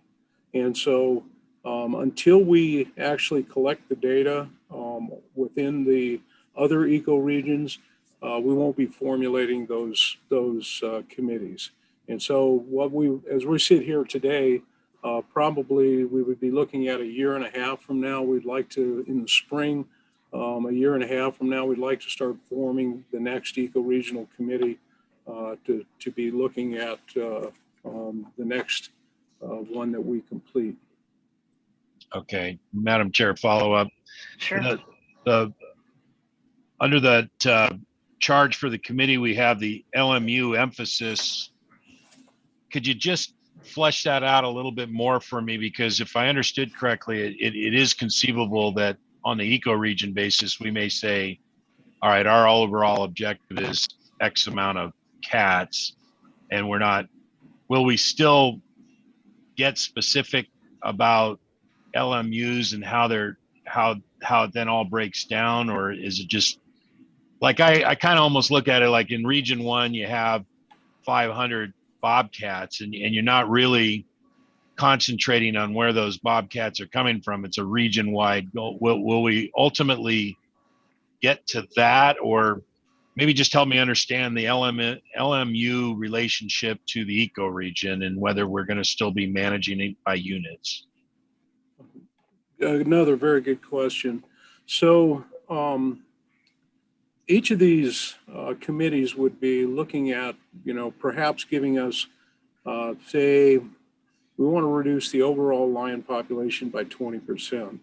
And so that gives us a trend, and that gives us the target, the percent up or down. And so if they were to say, we want to see the population reduced by 20%, and then there'd be a time frame associated with that as well, we would structure a harvest scenario that would take into account how many males and how many females we wanted to harvest per year in order to attain that objective. And what we would hope to do is hold that harvest structure largely consistent for the next 5 to 6 years, so that we could track whether or not, the dot we have here matches up with the dot we have here. Now, having said that, as Jay started his presentation, he mentioned that it really doesn't matter where in the ecoregion that harvest comes from. As long as it comes from within that ecoregion, then it affects that ecoregion and the overall trajectory for that population. So one scenario might be in an ecoregion, they want to see a population reduced by 20% over 5 years. And they also happen to have a place where livestock depredation is common. And so they may say, we really would like to see some emphasis on this spot where livestock depredation occurs. Or in the case of Bitterroots, there's a place where an elk population may be suppressed. And so they may say we want to see some of the emphasis placed on the West Bitterroots or something like that to see if we can get a response there. So we would be looking, it wouldn't be that they would not be specifically saying, we want to see 2 more tags offered here. What they'd say is we want to see the emphasis placed, the harvest placed on this portion. I see Neil has come on, and I'll let him respond to that as well. I just want, we're 2 hours in on this, so I think we probably need to wrap up this one pretty soon. Sure. Thanks, Commissioner Robinson, or Chairman Robinson. I'll try to be very brief. So the task for this group is try to come up with an overall ecoregion objective. And what we're hoping to do is to work with our local constituents at the LMU level to try to determine how to distribute that harvest across the landscape. So there is ability here, as Jay pointed out, that we could actually do other things management-wise, an adaptive framework to harvest higher in one area and then compare what happens in another area if you don't harvest as high in terms of, say, elk calf survival. So I think there's a lot of things we can do. We didn't want to task this group with that chore because of it's only 12 members, and this is a very large area. And we thought we could do a better job at engaging with local residents in terms of how do we want to see that harvest, or that the number of lions harvested, how do we want to see that dispersed across the landscape? I guess I would suggest working with the commissioners that are from the area that you're putting that team together. Yes. And Commissioner Walsh, did you have a question or comment? Chair Robinson, I hope you'll indulge me for just a second. And I realize this is a tangential question, but I think it's relevant to what we'll be doing in our next commission meeting. And that is one of the arguments the pro-wolf folks have provided to all of us in various emails for not reducing wolf populations is the important role that wolves play in predating on deer and other ungulates with CWD. And I don't know if there's any scientific background on this, if predators like wolves and lions have actually had a positive impact on reducing CWD. If there is, I haven't heard that in any of the other nonprofit groups that I am involved with. And then kind of a follow-up question for Neil or someone else have there been any studies done on the impact of wolves or lions eating ungulates with CWD? Madam Chair, Commissioner Walsh, so I'm not aware of any studies that have been published that specifically say any predators eat more CWD positive animals. I'm going to let Neil respond. Sure. No, thanks, Chairman Walsh. Thanks for the question. So actually, in my former life, I actually supervised our wildlife lab. So I was the one who started the CWD surveillance in the first place. But so in Colorado, they actually did a study looking at CWD and predation based on lions. They found that lions were 4 times more likely to select a CWD infected animal than what would be found normally in the population. With wolves, it's less clear that no studies, like Brian said, no studies have been done to look at the effects of wolf predation. That being said, just because they select for CWD positive animals, that does not necessarily mean that they're controlling the prevalence of that disease. So I think that is still clear, just to the effect that predation may have on disease prevalence. But at least in one study, they found that mountain lions do seem to select for CWD positive animals. But there's also another model out there, and this is a theoretical model that suggests that if predators result in more congregations, in other words, tighter groupings of animals in areas where you have CWD, they may actually help contribute to CWD. So I think the jury is still out. We don't know enough to really be able to say that with certainty. So yeah, it's possible, but we don't know. And I'd offer one other observation is that if you look at the frequency with which animals killed on highways are CWD positive, you're more likely to find a CWD positive animal killed on a highway. And a lot of it may well be tied to the point at which they start to suffer from that disease. Oftentimes they're CWD positive for up to 5 years before they start to exhibit clinical symptoms. But when they start to exhibit clinical symptoms, they're certainly more susceptible to a wide range of predation, including being hit by vehicles. Commissioner Byers?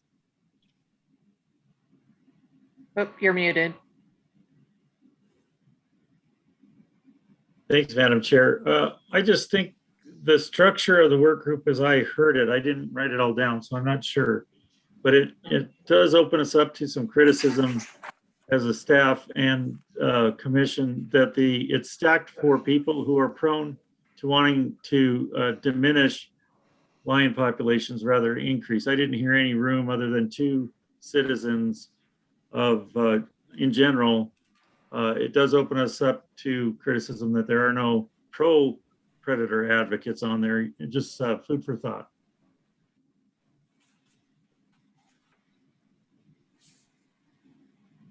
Any other comments, questions?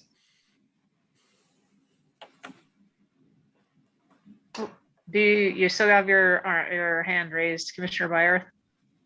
No, okay. All right.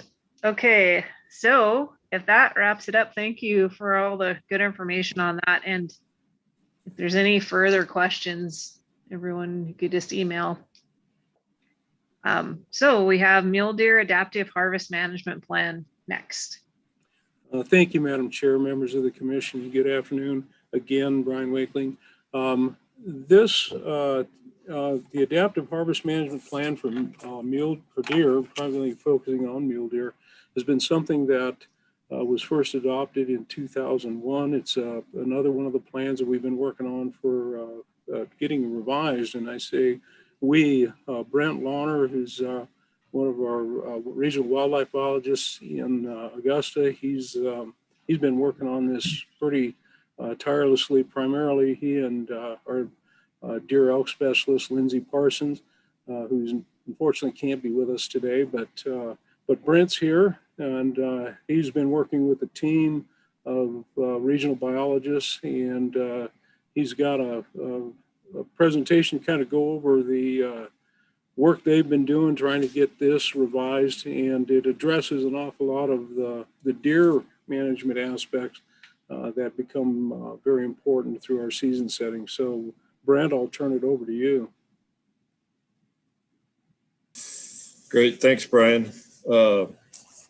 Yeah, commission, members of the commission, Director Warsets, thanks for the opportunity to present this. I certainly understand and appreciate everybody's time. You know, it's late in the day, so I've got a little presentation similar to what Jay did, specific to the Mule Deer Adaptive Harvest Management Plan.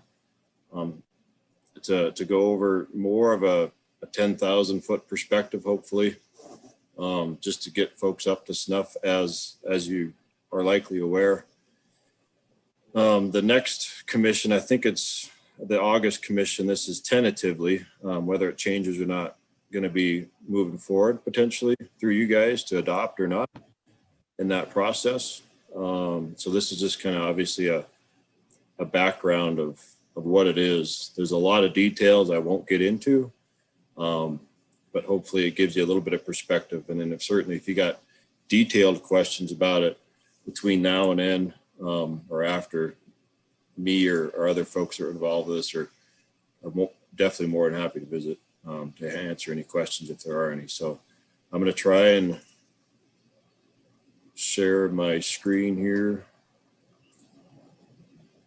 Is that showing up for folks? Yep. Looks great.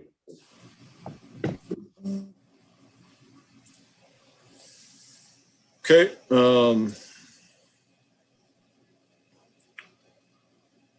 Let me make sure I got things correct here. So AHM, the Mule Deer Adaptive Harvest Management Plan, as Brian mentioned, has been around in its current form for about 20 years now for us.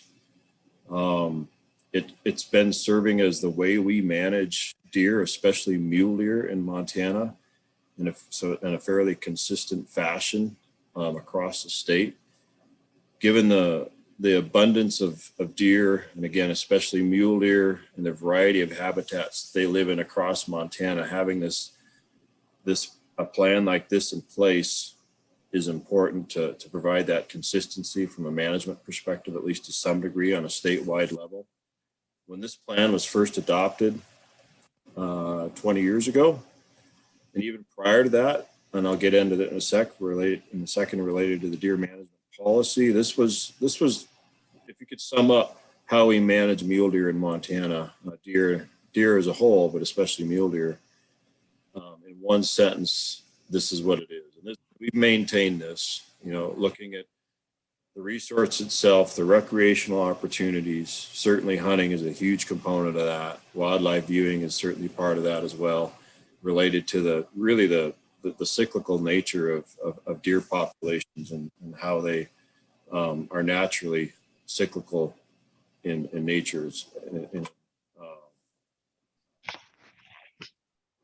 throughout the state. So what I want to talk to you today about, briefly anyway, is some of the history and background of how we came to be where we're at now related to deer management, mule deer management, some of the major changes proposed in this update revision, and that's an important part there, that update / revision. As you guys are aware, the Elk Management Plan is going through a fairly significant overhaul of how we may be managing elk down the road from a plan component. This is more along the lines of a revision of a document that's served a pretty good purpose over the last 2 decades, rather than a complete overhaul of what it is. Some general concepts and components of AHM, details related to buck management that is a part of the plan itself. And then lastly, as you guys were just talking about, CWD management in the context of AHM, which is obviously going to be a significant issue for years to come. So some of that background, in 1998, our commission at the time, the Fish, Wildlife and Parks Commission at the time, adopted a deer management policy, and that really set forth, it was just a handful of pages, but it really set forth how we are going to manage deer from a population objective and hunting regulation strategy component. 3 years later, the original AHM document was adopted by the commission, and it used significant guidance from that initial policy, but it put a lot more detail and formalized things, protocols for establishing population objectives, hunter harvest management, monitoring of mule deer, and other details that are in the plan in a more specific fashion. So it was about 5 to 6 years ago, we started looking at the idea of revising this plan. It's taken longer than it probably should have to get done. There was a group of folks internally put together, me being one of those folks, to start looking at this plan and how we could change things, keep things the same. What have we learned over time? And we've come up with the draft document that we have now. So Brent, you're kind of going in and out with your voice. I don't know if everyone is hearing the same thing. Oh, really? Yeah. I guess I'll just keep going. If it gets worse and worse, we'll make do. I'll get a little closer to my computer and start yelling at my computer. I think it's more when you turn your head in different directions. Okay, I'll hold still. Okay. Try to. Thank you. Be fidgety. Yep. So adaptive management, that has been a term that's been used several times today. You guys have heard it obviously before this meeting. And it's a huge focus of this plan. Adaptive management was actually something that was created from waterfowl management, and starting maybe in the late 80s and especially into the 90s. And we morphed it into correlated that into deer management, mule deer management in Montana. And it's important because, as we've heard earlier today, learning as we go, basically, as we understand and learn from how things change in time related to deer demographics, habitat changes, social changes, adapting to that is kind of the key. And that's what this plan is. This draft revision is trying to learn from the things that we've learned over the last 20 years, hopefully.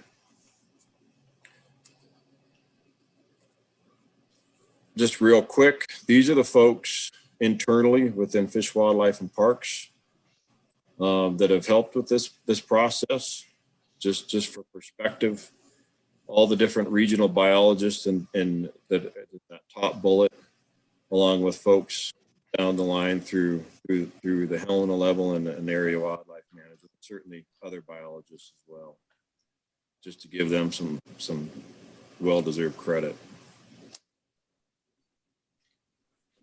So the 5 major changes that I'll get into more within the presentation here in slides in a few minutes. I'll just briefly go over these here. Is changing that definition of long-term average, how we interpret what long-term average is for mule deer. That's from a population component. Changing how we interpret population triggers. And triggers, I'll get into triggers, meaning what triggers us to consider changing hunting regulations. Fawn recruitment, buck harvest, trend area survey data, buck-doe ratios, all those things can be considered triggers. And this third bullet here is kind of important because we are literally now looking at the idea of trying to streamline our regulations, simplify our regulations in a lot of different ways. And this plan also is formally encouraging that, already written into there, where we have, if we need to align adjacent hunting districts that have similar deer demographics, similar habitat, and it certainly makes sense to have similar hunting regulations, we should be doing that as best we can if it's justifiable. Removing predictive population modeling, really quick on this one. This was a key component of the plan initially 20 years ago, trying to have predictive population modeling to help gauge how we manage deer on an annual basis or into the future. That model at the time, the efforts that went into that never really to the point of being very applicable. So it's formally been removed from this plan, and it's more in that research and development phase now. So it's not that we're not looking at it, it's just not formally part of the plan currently, and we may or may not be looking at that more detailed down the road. And then the last one, of course, is the correlations between this document and chronic wasting disease, which is obviously new, that wasn't in place in a wild cervid, wild deer fashion when the original document was created. All these here are the different elements that we consider when we're looking at mule deer management, or deer management as a whole. Lots of things, just like we talked about with the lion strategies, you have to take into consideration to to develop different hunting season types, if that's the end game from a management component. Specific to this plan, the population surveys and harvest management is going to be a little bit more what I speak to a little bit here in a few minutes. One thing important to note is that last sentence, adaptive harvest management, this document, it's not the be all end all of how we have to manage deer in Montana. It's a significant guiding document that provides a lot of good direction and consistency. But we also fully realize that there's going to be certain situations in certain areas where we have to have a little more flexibility to manage, to potentially manage outside of AHM. These are the three, if you just want to think of the guts of AHM and what it is, the core part of it, these are the three main issues that it tries to address and have consistency across the state.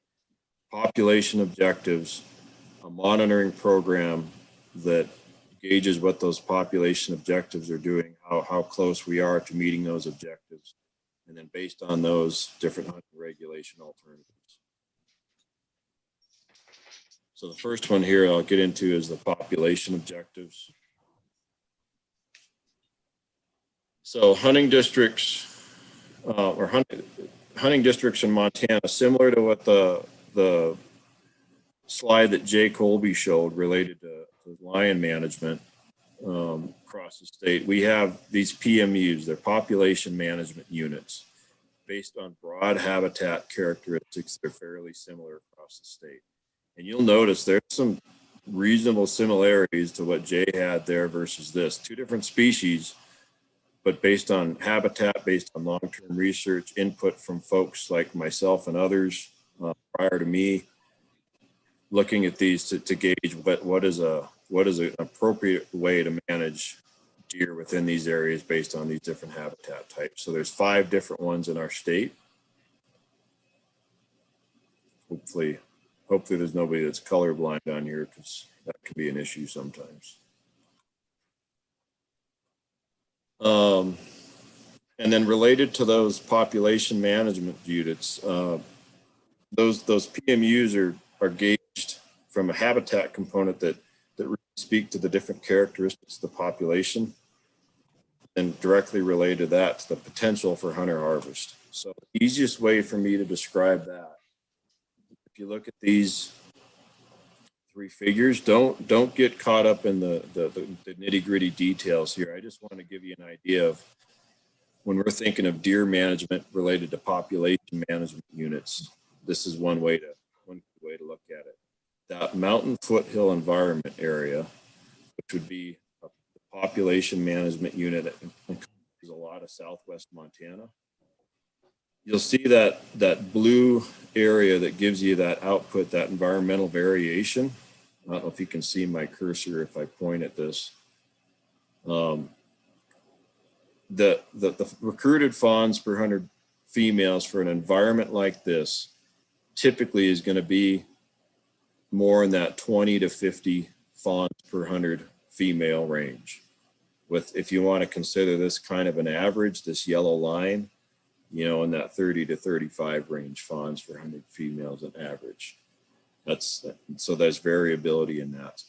And related to that, your mortality, because of the environment where these deer live, your doe mortality is typically going to be a little bit higher. So then your subsequent doe harvest typically is going to be a little bit lower on average. So it certainly varies over time. If you go here to the Prairie Badlands, which is really the significant eastern part of Montana, or the prairie breaks, very productive habitat for deer as a whole for the most part.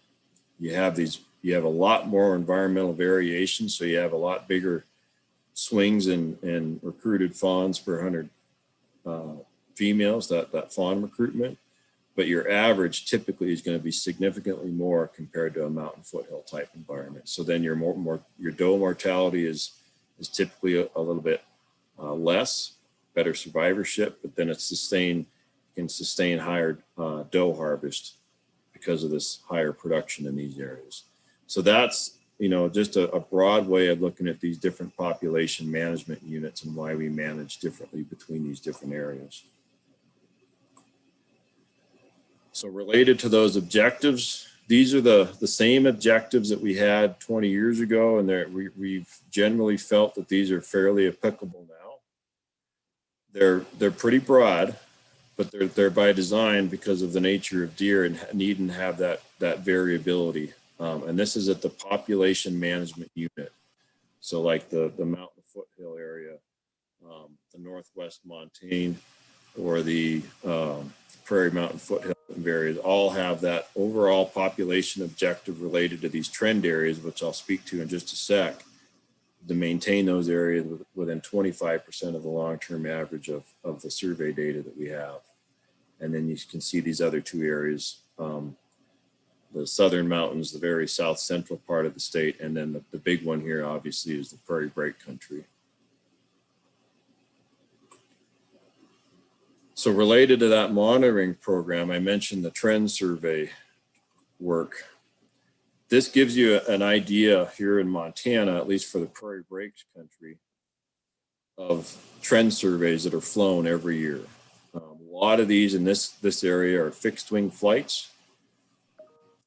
Every one of these little gray polygons is a flight, roughly, that represents the areas that are flown in all these different areas. So there's a pretty good representation of collectively areas within these different regions and different population management units within certain hunting districts of what's going on an annual basis. Some of these flights are post-hunting season flights, where we're looking at both total counts of deer as well as buck-doe fawn ratios.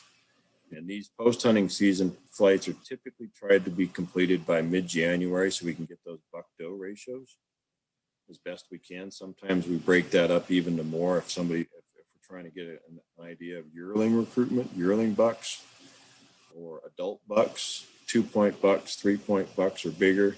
Depends on the conditions and where you can fly and how confident you are and able to track that level of detail in areas. The other flights we do are in the spring. Again, total counts. Sometimes you can get better total counts in the winter versus the spring, or vice versa.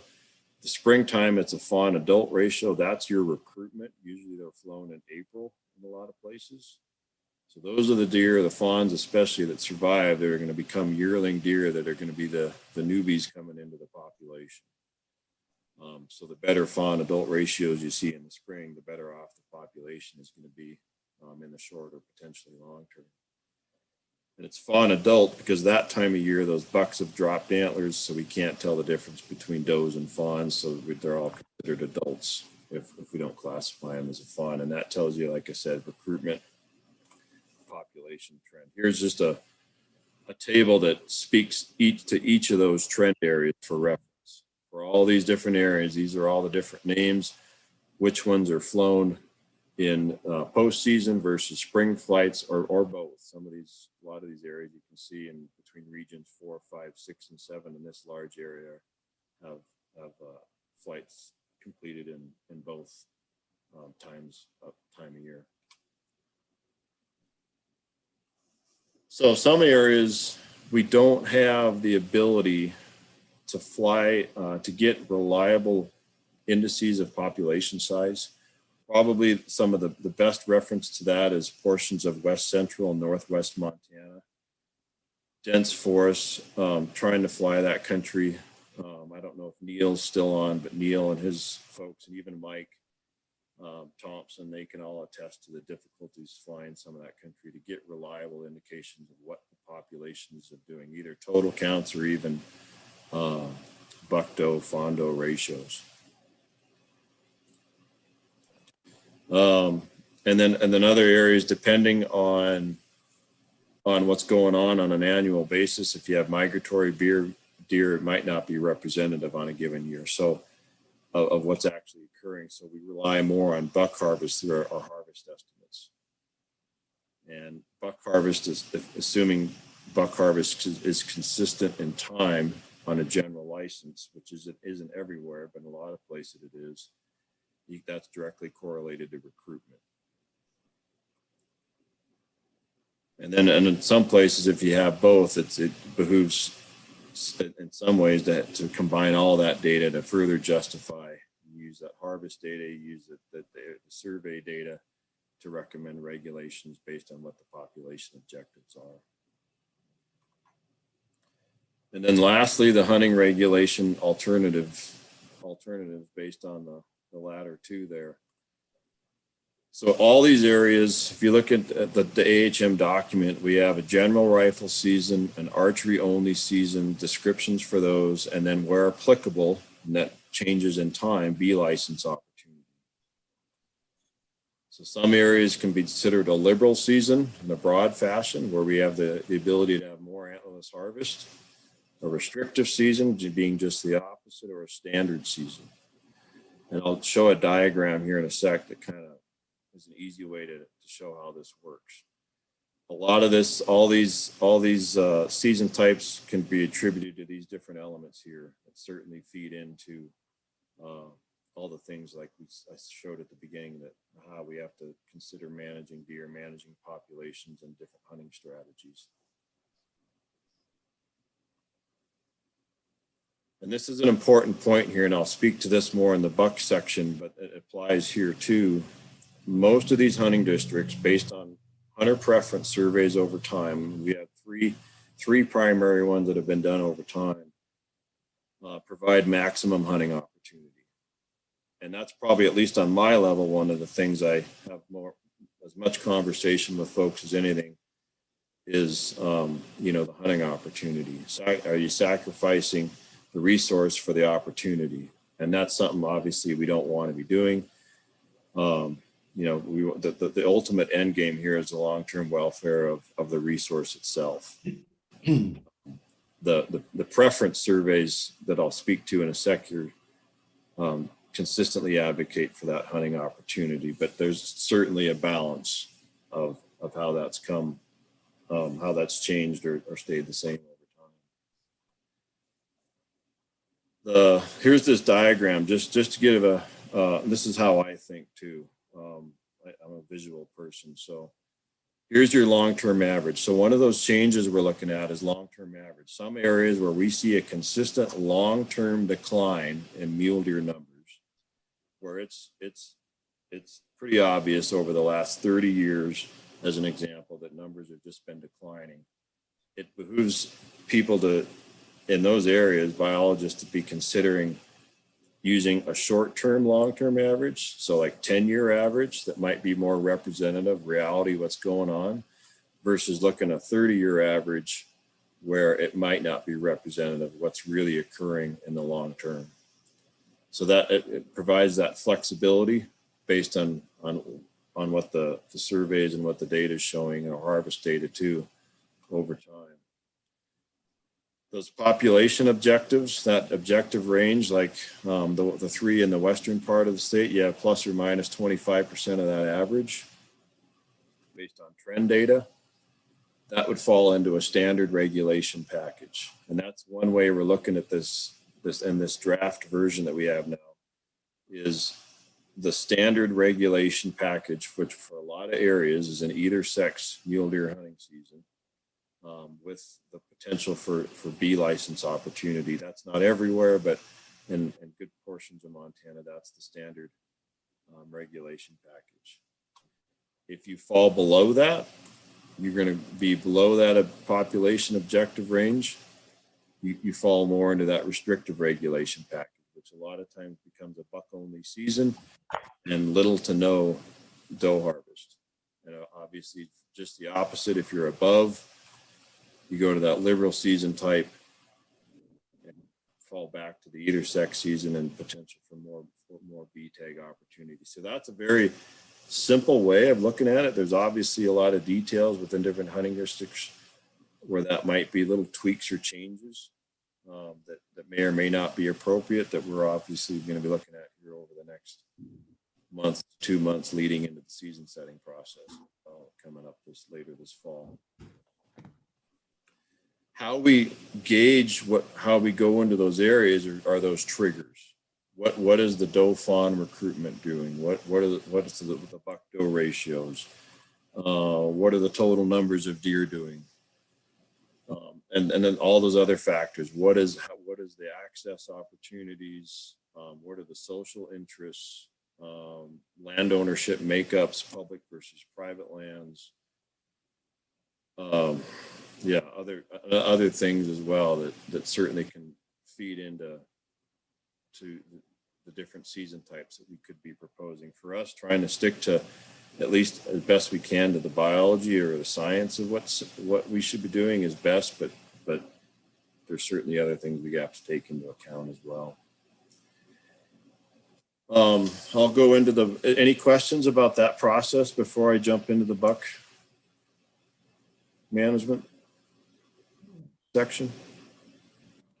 Jay, this is Quentin. Jay, just reiterate again. You're still coming and going, and the range is crystal clear to not at all, Brett. So, not sure if the mic's moving or, yeah. I'll just leave it at that. Just know that again, coming. All right. Well, sorry, I don't know how effective this talk is then. Well, you're crystal clear right now. That was super right there. So don't move, Brent. All right. I've been trying not to move. Yeah, no, it is what it is. Again. Okay. Thanks, Brent. Well, sorry, folks. As far as buck management,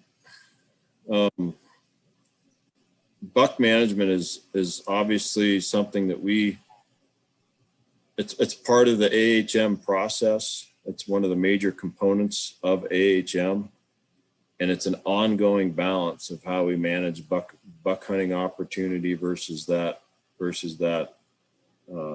just general opportunity as a whole that I mentioned earlier that you may or may not have been able to hear.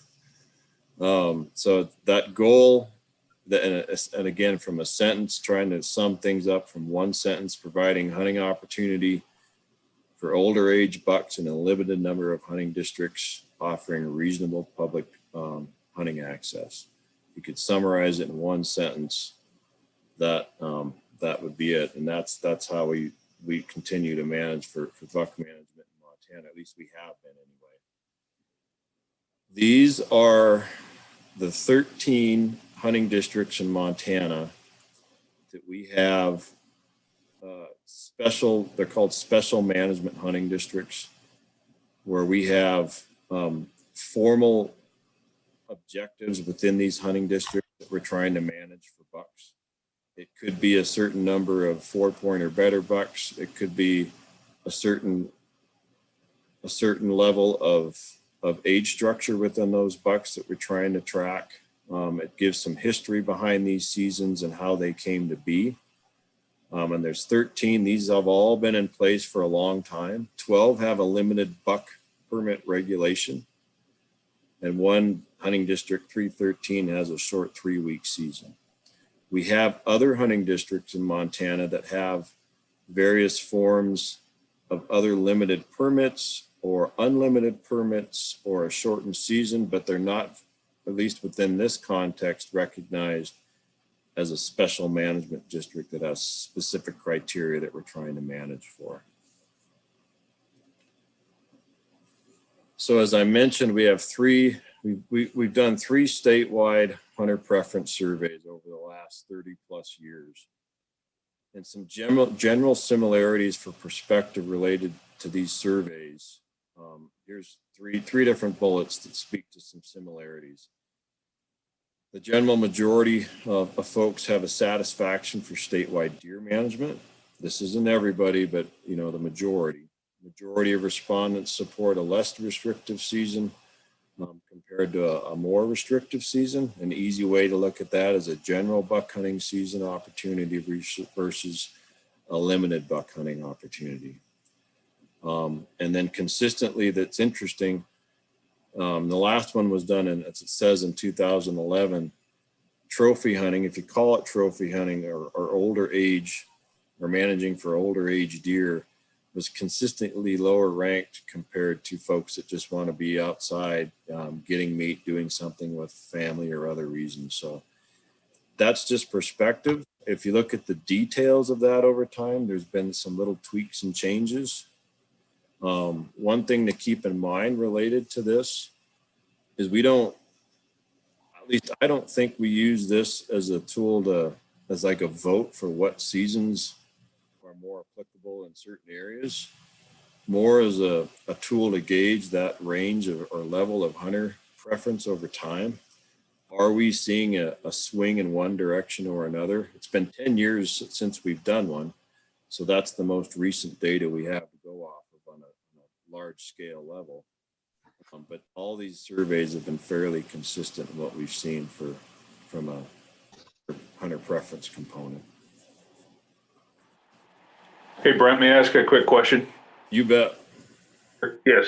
Just, are those hunter surveys, are those mailed were those just mass mailings to deer license holders? Or was that actually, was there an effort to try to target different areas, different demographics? I don't know.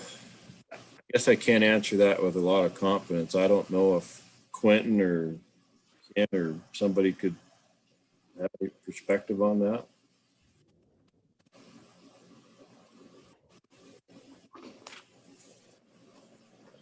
Doesn't sound like it.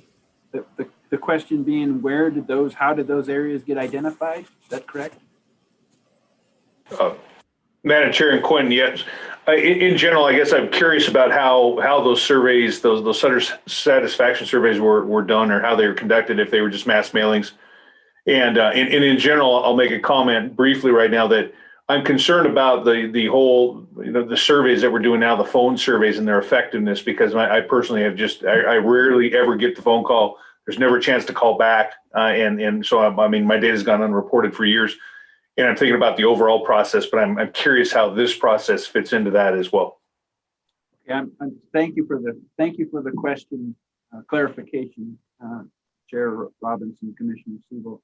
Yeah, going off of memory recall, those surveys were randomly identified hunters, and on the same memory recall, there was an effort to have that sample size large enough so that there could be some breakdown of the responses geographically by region, if not specific hunting district. And so that is so we were asking, again, off memory recall, we were asking, not just, so these outputs of those surveys were part of a survey they asked for satisfaction for the deer season, not just the buck season. If that helps clarify. No, thank you. Yep.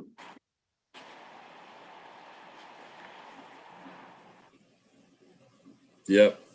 Commissioner Siebel, good question. And we have copies of these surveys if you want perspective of kind of how they were done. Or I'd certainly like to see another one done, but I'd like to talk now that we've got 10 years between surveys. And quite frankly, I was a little surprised by what you told us, because I've gotten lots of feedback about, talking about quality and more areas like 270 that have the potential for trophy quality bucks. So I'd like to talk more about that. Yep.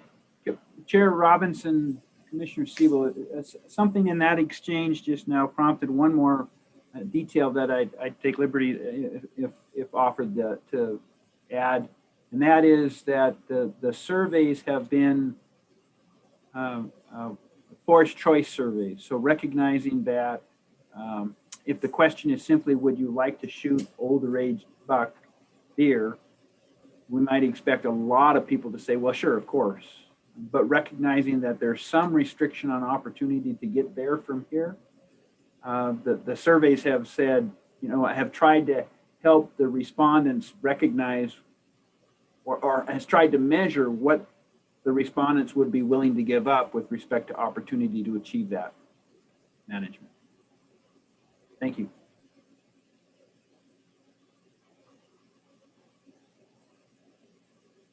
thanks, Quentin. So along those lines of the special management districts, we have within this document, and this speaks to that question, I think, a little bit. When we consider the idea of additional seasons or season types in different areas, these are some of the criteria that we've laid out that would be ideal to follow to meet those objectives as best we can if we're going to create different hunting seasons, different limited seasons for various reasons. I don't need to get into all these, but broadly, there's got to be reasonable public access, generally some significant interest on a local level, if not a regional level within these areas. What are the effects of a hunter shift?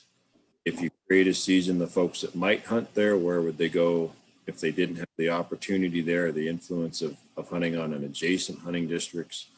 What are the current buck-doe ratios in these areas, and is it an artificial thing, or is there a real issue going on that could be having either population level effects or just general opportunity? Commissioner Walsh, did you have a question? Nope. Okay, sorry, I just saw you popped up there. And then, of course, the last one on that thing on this page is the impact of hunting season structures related to CWD management. So this is the newbie on that list that's going to be a challenge, and it's controversial because when you manage for CWD, it's the complete opposite of managing for older age structure bucks in these areas. So how we tackle that down the road from a management perspective is going to be difficult in places, but time will tell. But that it's laid out in this document, to give some of that perspective of CWD and the management of in the context of AHM management, how those two documents speak to each other. And so the last section here before I'm done is CWD management and mule deer management. You guys have obviously been in the throes of some of the CWD discussion based on CWD management plans. You're well aware of, I think, what this disease is. It was first detected in Montana 4 years ago this fall, at least in a wild fashion. And it's certainly, as we've learned more, learning more and more about its distribution and its effects. The most recent CWD management plan had a statistic in there based on all the information that we've collected, that adult male mule deer are about 3.8 times, just under 4 times higher the risk of infection compared to adult females. Another research in other state is fairly similar to that risk factor. So on that hand, it certainly shows that targeting males would certainly be an efficient way to reduce the overall transmission in areas. So trying to rely on that science and that data the best we can to move forward with management where CWD shows up is going to be important in the future. But it'll be difficult. There'll be some tough conversations in places, no doubt. We already from a SMD, Special Management District, there was one in Region 5 that went away when CWD showed up there. So, from that perspective, we're already dealing with it in some ways. And then lastly here, how these documents, like I said, how these documents from a management level are going to be followed at the same time, knowing that there's going to be some differences between how we manage between CWD versus overall mule deer management. On the one hand, we're on the chronic wasting disease plan is going to serve as the guiding document for managing the disease versus mule deer. The AHM document will still guide us in management of deer, but it's still going to act as that overall guiding document. But when CWD shows up, there's certainly going to be cases where that's going to trump how we manage it from an AHM component. CWD would become the priority as it's currently written in this plan, which means, like I said, managing short or long term or in these special management district areas, liberalizing permit levels or complete removal of areas would be, considered, at least in some instances. So, in summary, that's it. These are the key components of AHM. I kind of went through that stuff fairly quickly because I know it's getting late in the day. I'm sorry if you couldn't hear me very well. Might have been kind of a jarbled message possibly, but I apologize for that. If you have questions, happy to visit. This is my contact info if you want to visit with me about any of these details. But with that, I'll turn it back over to Brian or the members of the commission if you have any other further. Thank you for your time.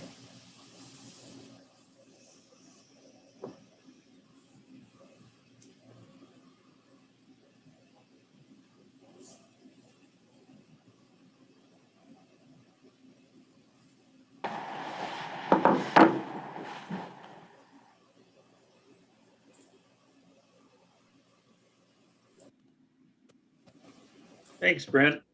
I could hear you well enough to get the message. I appreciate it.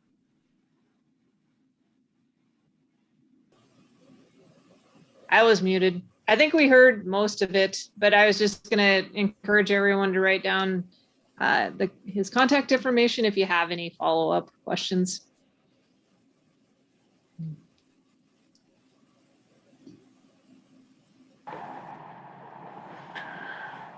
Commissioner or Chairman Robinson, next steps with regards to mule deer and I guess that part maybe I didn't catch.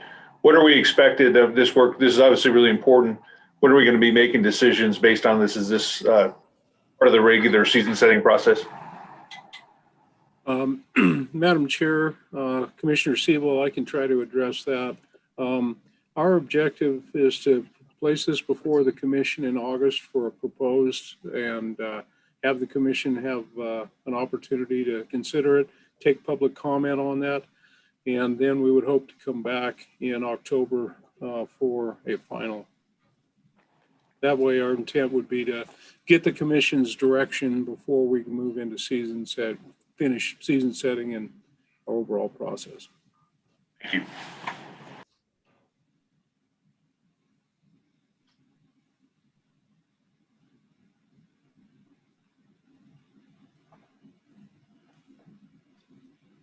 All right. I don't have anything else on the agenda. I guess, Quentin, is there anything else?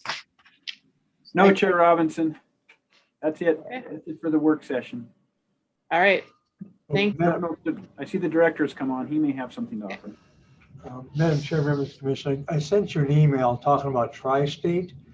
We just got that today, talking about this Tri-State meeting in Pinedale, Wyoming, and we just saw that they had one commissioner from Idaho and 2 from Wyoming. So we wanted to open that up to if there's any commission that would like to attend it. I know it's short notice. Like I said, we just received that today. So if you can look at the email, if you'd like to attend or can attend, just let us know. We'll make sure you get a room. Great. Thank you.